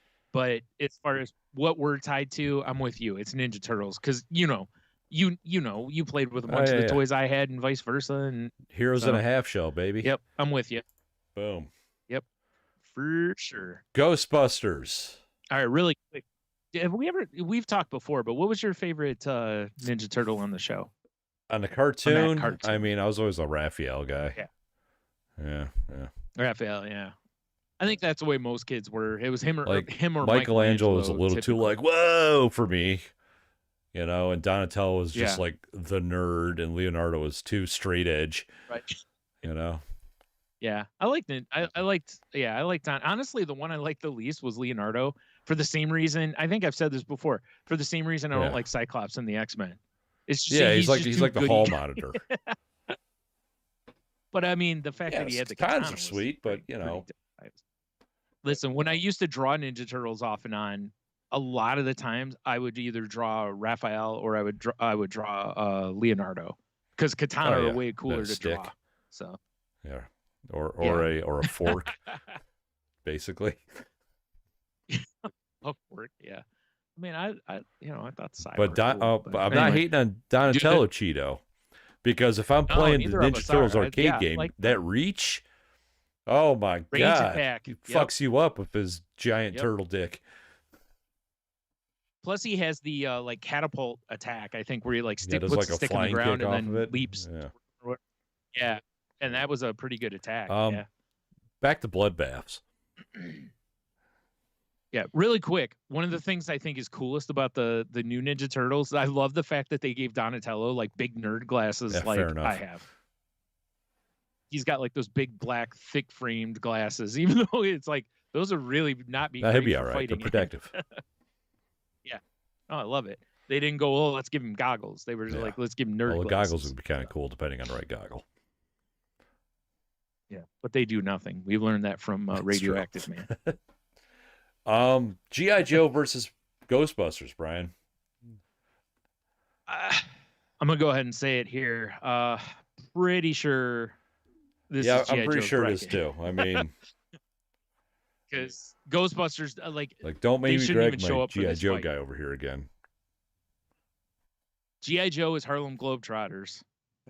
Ghostbusters, the Washington Generals. They got no chance. It's Ghostbusters all day. Ghostbusters, Jesus, it's G.I. Joe all day. Whoa. Yeah. It's gonna be interesting because now we got Turtles versus Joes. It gets difficult, but it's G.I. Joe all day. Like there's no, like I said, they're easily my favorite action figure of all time. So it's tough, but I've never assembled UPC codes and mailed out for a Ninja Turtle, but I did for a G.I. Joe guy. So it's G.I. Joe. No. Fair enough. Plus, they had the crossover into wrestling. I mean, Ninja Turtles have since, but G.I. Joe did back in those days. G.I. Joe versus the NES in the finals. Might as well. Let's wrap this shit up. All right. Fuck. If I go with if both were offered to me right now, what would I take? Yeah. It'd be a Nintendo. Because I'd get actual play out of it. I'm not going to play with the G.I. Joe guys anymore. I might set them up to look cool or something, but, you know, man, that's tough, though. G.I. Joe is like my identity as a child, essentially. I mean, it was really, like, I mean, you know it. Like, Oh, dude, I remember when I was at G.I. Joe age and my dad took me out to Woodville Surplus, which is our local Army surplus store. And I was like in heaven. Yeah. Like, yeah, like I could get all this tactical. Like I was that tactical guy, but before tactical guys were a thing. Like I wanted all that shit. Right. Yep. Yeah. Yeah. So this is a tough one because they're both huge in my childhood too. And honestly, right now, if you were like, hey, here's the G.I. Joes from your youth or the Nintendo from your youth, I'm like, oh, that's. I can play all these Nintendo games on an emulator that I can fit in my pocket for $80. That is fair. I hadn't considered that one. It's tough, man. You know what? I'm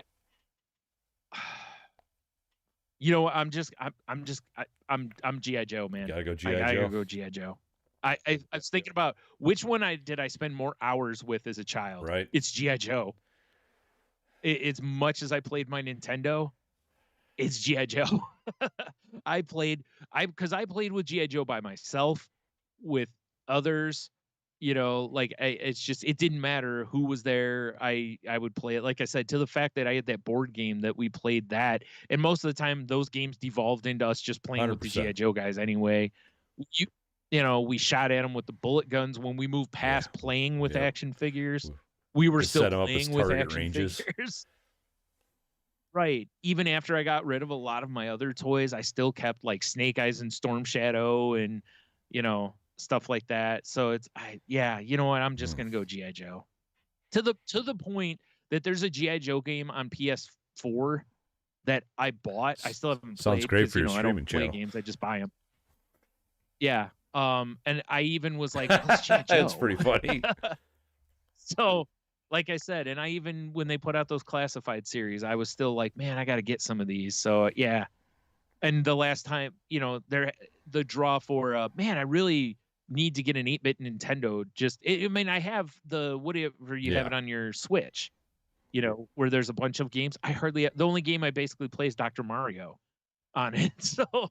So yeah, G.I. Joe. I'm planting my flag. The way I'm looking at it is like the Nintendo. I was playing video games today.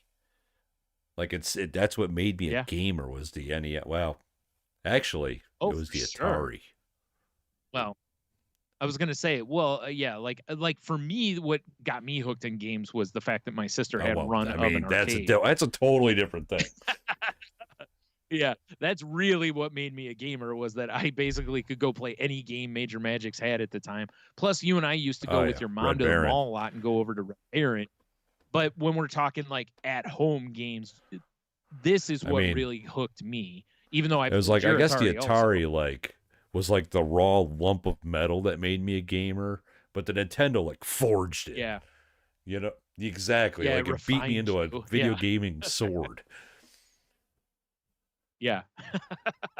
But I played with my Joes all the time too. And like I'm like you were saying, home by myself, yep, I'll play some Joes.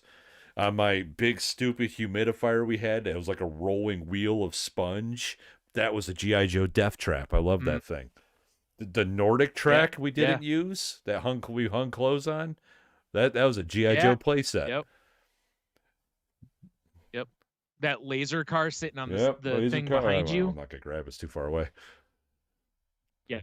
That used to ramp G.I. Joe guys off the stairs. Yep. So, I mean, I Yep. think I'm leaning G.I. Joe too, as much as the Nintendo was such an important part of my childhood. Yeah, I think G.I. Joe was, especially when we're going back to that era, G.I. Joe was a bigger part of our lives then. Whereas now, like you said, you know, the Nintendo beating you into that sword still affects you, whereas G.I. Joe doesn't as much, but it's still, when I think back to my childhood, if you were like, you have to give up all your toys except, you know, you can keep one toy line. You would have been G.I. Joe. It would have, even then, if you would have said you have to give up your Nintendo or your G.I. Joe back then, I would have probably given up the Nintendo until I got to where I wasn't really interested in action figures as much. And you're not wrong about the NES like games either, because like I've gone back on the Switch and I'll be like, what NES game is this? I'll play it for like 3 seconds. I'm like, this game sucks. There's very few NES games I would go back and just play. Yeah. And I have been looking at those emulators, and I could play them all if I want to, if I decide to pick one up. Right. Well, Cheeto mentioned too is that you can pick up a working or easily repairable NES for like $100. So good luck finding $100 worth of good condition, cool G.I. Joe figures and vehicles.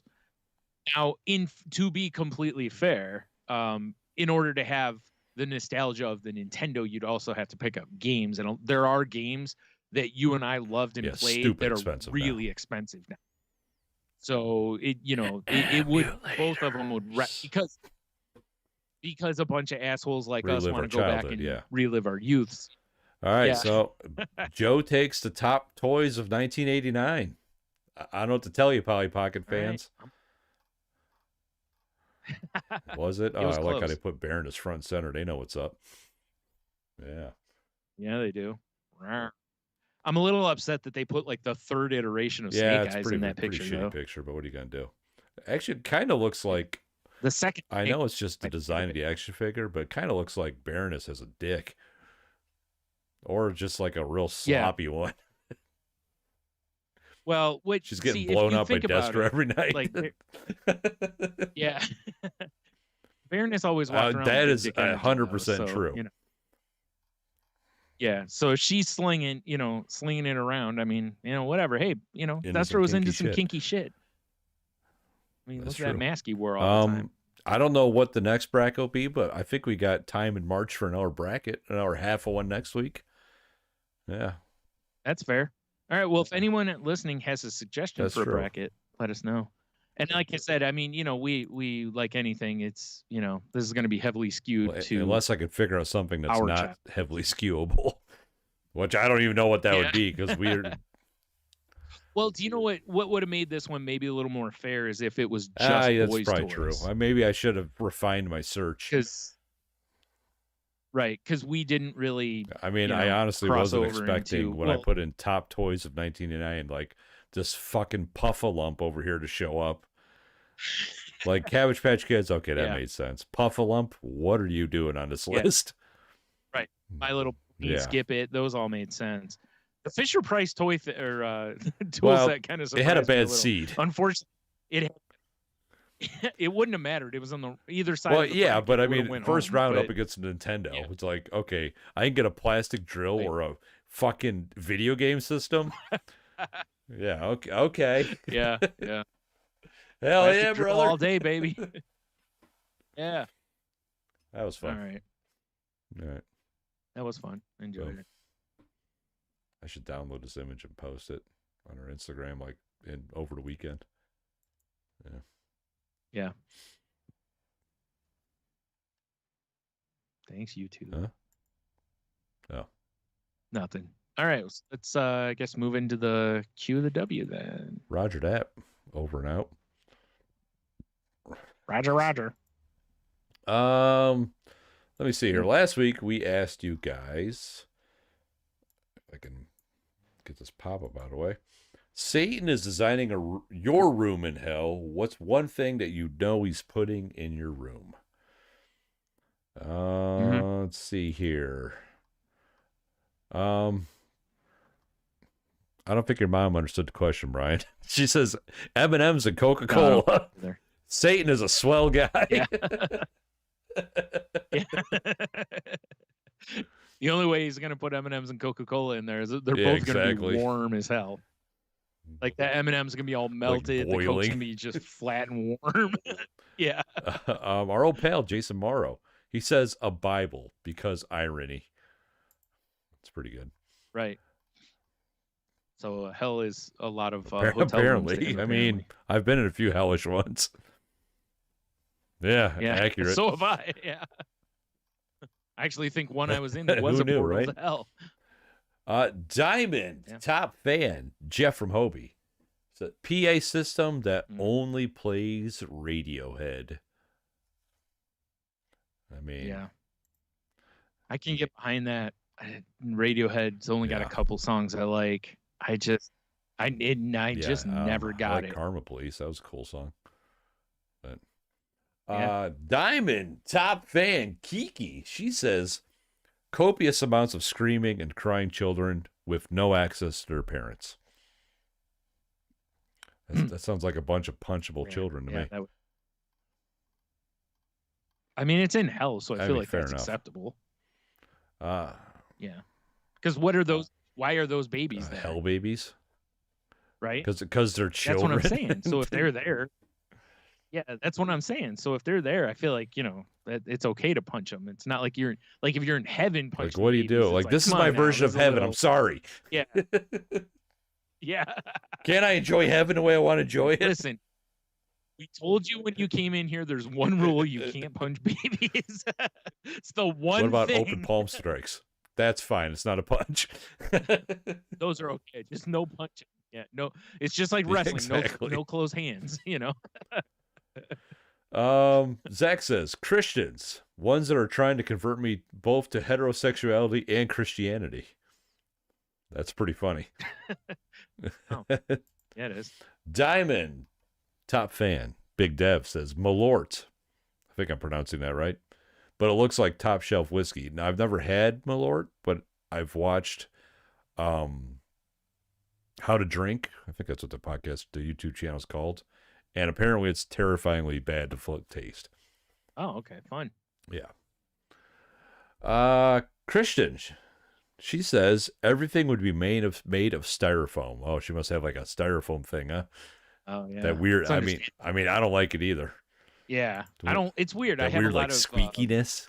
Yeah, I have a lot of like sound sensitivities and stuff that that doesn't bother me. Styrofoam doesn't get you, huh?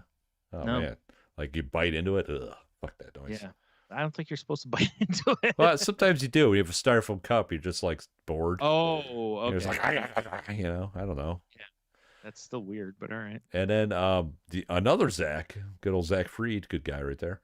He says Gilbert Godfrey. Oh man, I can understand that though after a while hearing him talk. Yeah, like if he was your permanent announcer. Yeah. Let me see. I shared it. Let's see what we got over here. Oh, and then Leah. They say a litter box in the corner. It always smells like pee, and there's litter all over the floor. Sounds like personal experience. Sounds like my basement. I've lived that. Yeah, right. Well, I have, because remember my cat was just in my room for the last little for life. Yeah. So yeah, it is awful. Like right after they go, it's just terrible. Yeah, I know, because our one cat is in the basement and she comes running up the stairs like an explosion went off. And there's a good reason. Yeah. Because it's fucking terrible. Right. I actually read like the reason cats will do that a lot of times, because the last 2 cats I've had will do that. Like they'll use the litter box and they just come flying out of the thing. But part of it apparently is because they're trying to get away from the smell in case there's predators around, because they can track them. I mean, essentially. Like, yeah. How about your instincts don't do that in the house, would you? Yeah, right. It's weird on the Instagram because it says we have a comment, but when I open it up, there's nothing there. Of course. So I don't know what the deal is there. Okay, well, thanks for the invisible comment, whoever made it. Yes, but yeah, that's all I have on this end of things. All right. Well, over on Twitter, at Besotted Geek Pod, posted their personal hell room would have history of bad ideas on loop. That's so rude. I love it. Right? Yeah. That's funny as hell. So I, of course, I responded with the I don't remember, like Uber or something meme. because they're trying to get us into another pod fight. I know, right? We don't need our moon wars. I know, right? Nobody wants that. Nobody wants a moon war. At Meow God said, "How about a purgatory deco where you hear random bursts and echoes of Jason's laughs, Jason from Hobie, that is, and Tony, meaning you, I assume, snorts, along with the 2 podcasts play in 0.25 speed that you can't turn off looping forever." I mean, that's pretty much just listening to our catalog anyway. I was like, this sounds like a rave. Yeah, it sounds like a great time. Fuck yeah. It says everything is plastered with hairy men nipples. So, a room full of hairy men nipples. I mean, that's what you're into. That's what you're into. All right. So that's all the ones I got on Twitter. And now for, let's see, what's that guy's name? Cheeto Bandito. There we go. He says it's a combo of a broken fridge full of Montucky cold snacks, which may be the worst beer I've ever drank, with Mariah Carey's All I Want for Christmas and Mark Morrison's Return of the Mac on constant rotation. All right. Good to know. Good to know. Looks like we have some things to take to visit Cheeto next time. Yeah, right. Yep. Also, we're both going to turn our notification sounds to Return of Mac. Return of the Mac. Oh, yeah. For sure. I mean, I hear that song maybe once a year, and I'm like, this is a jam. Yeah. But to hear it every day, like on a loop, yeah. Yeah, I'd get pretty upset. Oh, yeah. I'd be looking for, sturdy beams and ropes. Now, my question is, I wonder if, does it play on did it play a lot on the radio, while he was at work? Oh, that's a good call. Because there's, certain songs that obviously were tied to movies that I can't listen to without, turning murderous. But that was because of those preview things we had to watch at work. Right. Huh. Or I had to, actually. We didn't really have to do it at Family Video, but at Hollywood, we had those stupid ass things. Yeah, because, a movie like Armageddon needs promotion to remind people it's coming out. Yeah, Armageddon. Yeah, because no one's going to remember a movie that made hundreds of millions of dollars, is coming out. Right. Ugh. All right. So, let's see what we got here. 1 through 7. 6. 6, 6. The number of the beast. Right. All right. So it's manly men. What is the least manly thing that you enjoy? The least manly thing that I enjoy. Yeah. Huh. And for any ladies listening, if you want to what's the least, womanly thing or girly thing or however you want to word it that you enjoy? I mean, or what's the most manly thing that they enjoy, whichever. I mean, I don't know, because depending on the country you're in, it doesn't probably, we'll have to find out from Cy, who actually, he made a nice comment on our last Patreon video. He enjoyed it. It was halfway through. Right. There was a time last summer where we went to Tecumseh, Michigan, and they have a little tea shop there. It's called the British Tea Shop. And we had tea and desserts with fancy glasses or glasses, like a tea set. We basically had a 2-person tea party, and I actually enjoyed it. It was like the tea was tasty, the dessert was tasty.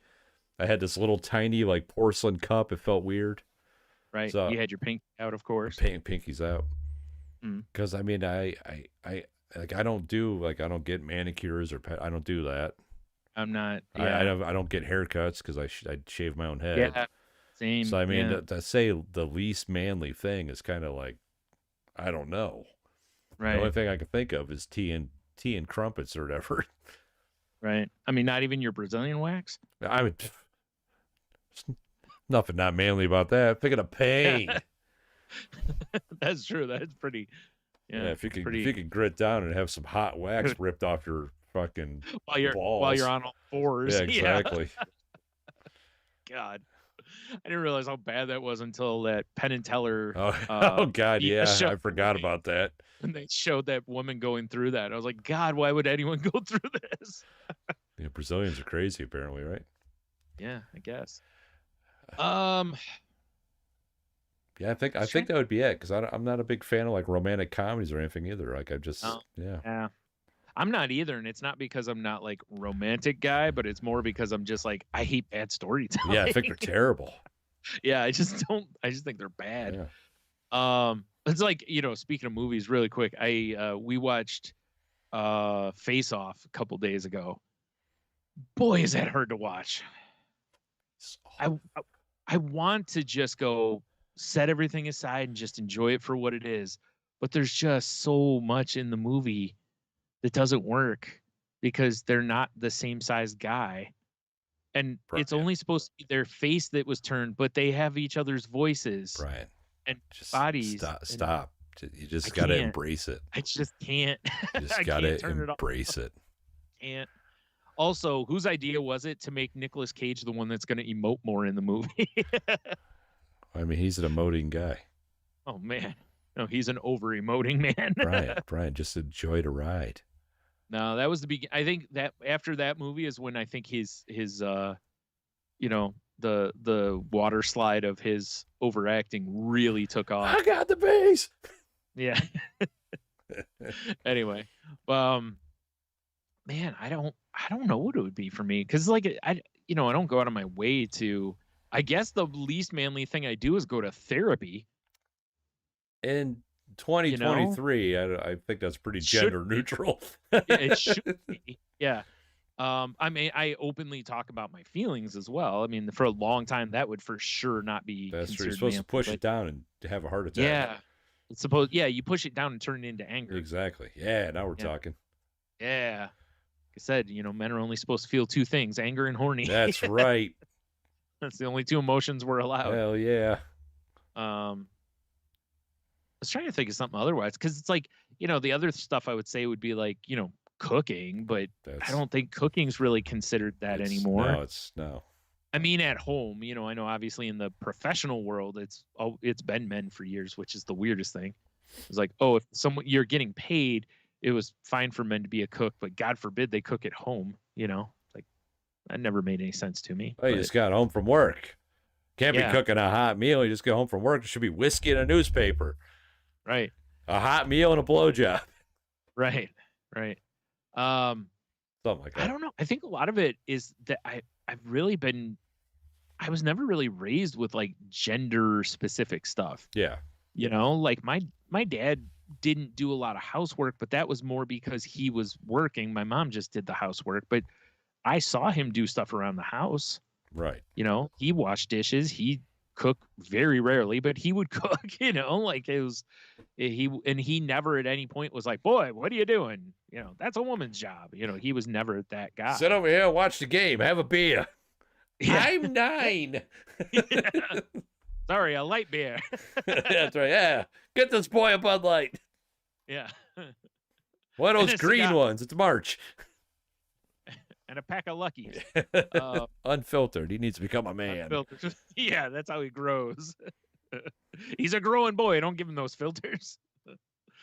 So I think that kind of changes things a lot. When you grow up not really seeing things as manly versus, girly or whatever. It's like I don't know. So I think those would be, still, because guys talking about their emotions and whatnot is still not as open as it should be. Right. More doing it for sure, but it's still, it's not alpha male-y, So dumb. But I'm perfectly okay with that, because I'd rather be a well-rounded human than an alpha male. So yeah, I think that's what I'm gonna go with, is stuff like that. All right, fair enough.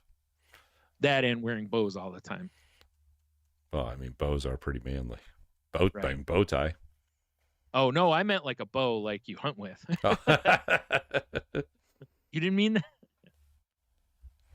And Tito, Jesus Christ. Tito's. Cheeto says he enjoys dunking cookies and milk. I guess that's childish, ? No. Nope. It's not. Because if I dunk cookies and milk, I'm going to have a manly time in the bathroom. It's going to be a goddamn battle in there. So that's pretty manly. I didn't know cookies bothered you that bad. Yeah, I know, right? Jeez. I mean, maybe that's it. I drink almond milk, Brian. I do too. I mean, I have. So does everybody. Yeah. I don't know. It's kind of a rough question. Yeah. We'll see what's up. I actually kind of like the fact that it feels harder to answer in that vein, because it's like you don't really want anything you do to have to be, gender identified as manly or something. Yeah. It's like, okay. I mean, play Stardew Valley. Does that count? Nope, because tons of guys play Stardew Valley. Exactly. What are you gonna do? Yeah. All right. Well, there you go. That's the show. Stick around if you want to hear the insult of the week here. I know we're running long this week. I didn't even realize. Jeez. Well, for the bracket. We just babbled in the middle a lot. It's what we do. Yeah. So, yeah. So in the meantime, head over to saltylanguage.com. You can find all the links to the show notes over there, the links to the past episodes, social media links, kind of everything you need from us is over there. The link to the network we're part of, which is Tangentbound Network, is over there. Nice. It can be found at tangentboundnetwork.com. So please go check out those shows. Or if you're looking for a network for your podcast, please hit them up. And if you talk to Mark, I don't know, what do you got for him this week? G.I. Joe's for life. Yep. If he doesn't agree, then if he doesn't understand, just smack him. Be like, if he doesn't understand, smack him too. And I could tell you what's the most like womanish thing he does. Sold his Jeep. Oh wow! Dang. Brutality. The least manly thing he did was get rid of his Jeep. That's what it was. Least manly. I'm like, womanish. Is that what I said? Yeah, you did. I'll tell you what that fucking broad did. Yeah. Oh boy. Well, it was good. It was a good run we had. We're still going strong. We've said way worse than that. Yeah, it's true. Right. So yeah, if you want to reach out to us on social media, you can find us on Twitter at salty_language. You can find me on Twitter and Instagram at Stunami. You can find me on Instagram at The Monotony. You can also find me on YouTube at All the Beers. Check it out. I stream kind of randomly. Yep. Off the back. Actually, I think the next thing I'm going to stream is Fallout 3 Blood Dragon, because I've never played it. Fallout 3, bro. Or Fallout 3. Jesus, I'm playing Fallout right now. Far Cry 3 Blood. Okay, now I told you, Brian. I lack sleep this week, and it's. I was gonna say that doesn't sound like a Fallout game. That sounds. I was gonna say that sounds like Far Cry. Okay. Yeah. Fair enough. Anywho, check us out on Patreon at Salty Language. We got content going up there. I want to try to put more up there, and I actually think. I don't remember if we talked about this on the air or not, but I think we should do these bracket fights for Patreon after March.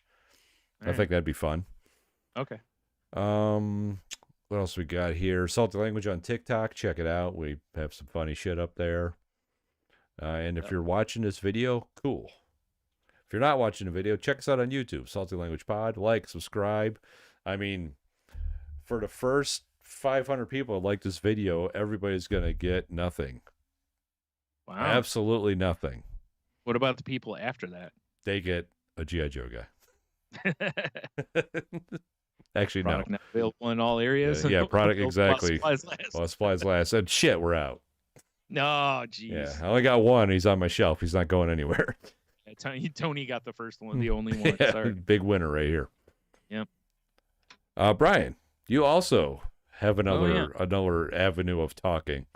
Yeah, speaking of me talking about feelings and life journey and all that kind of stuff, come join me, Jen, and Henno as we talk about that kind of stuff on The Crazy Life. We're talking about mental health and our journeys through dealing with recovery and mental illness and such. So if that sounds like something you're interested in, please give us a listen. Nice. Yep. Nicey. And now for the insults of the week. Okay, I gotta click out of that thing. Bring it on. Is Snout Band. That sounds like just a band. Or Snout Band.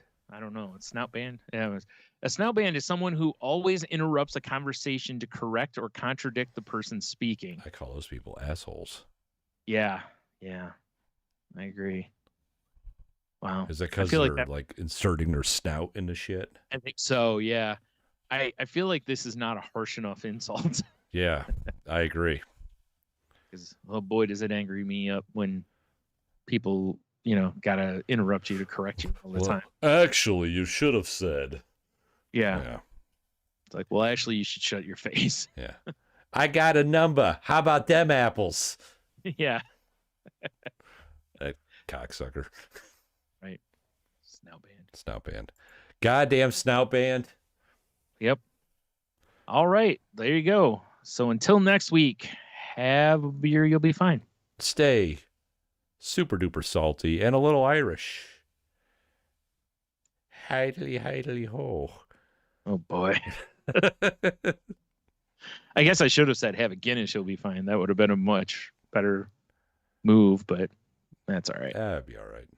Have a pint. Have a pint. All right, man.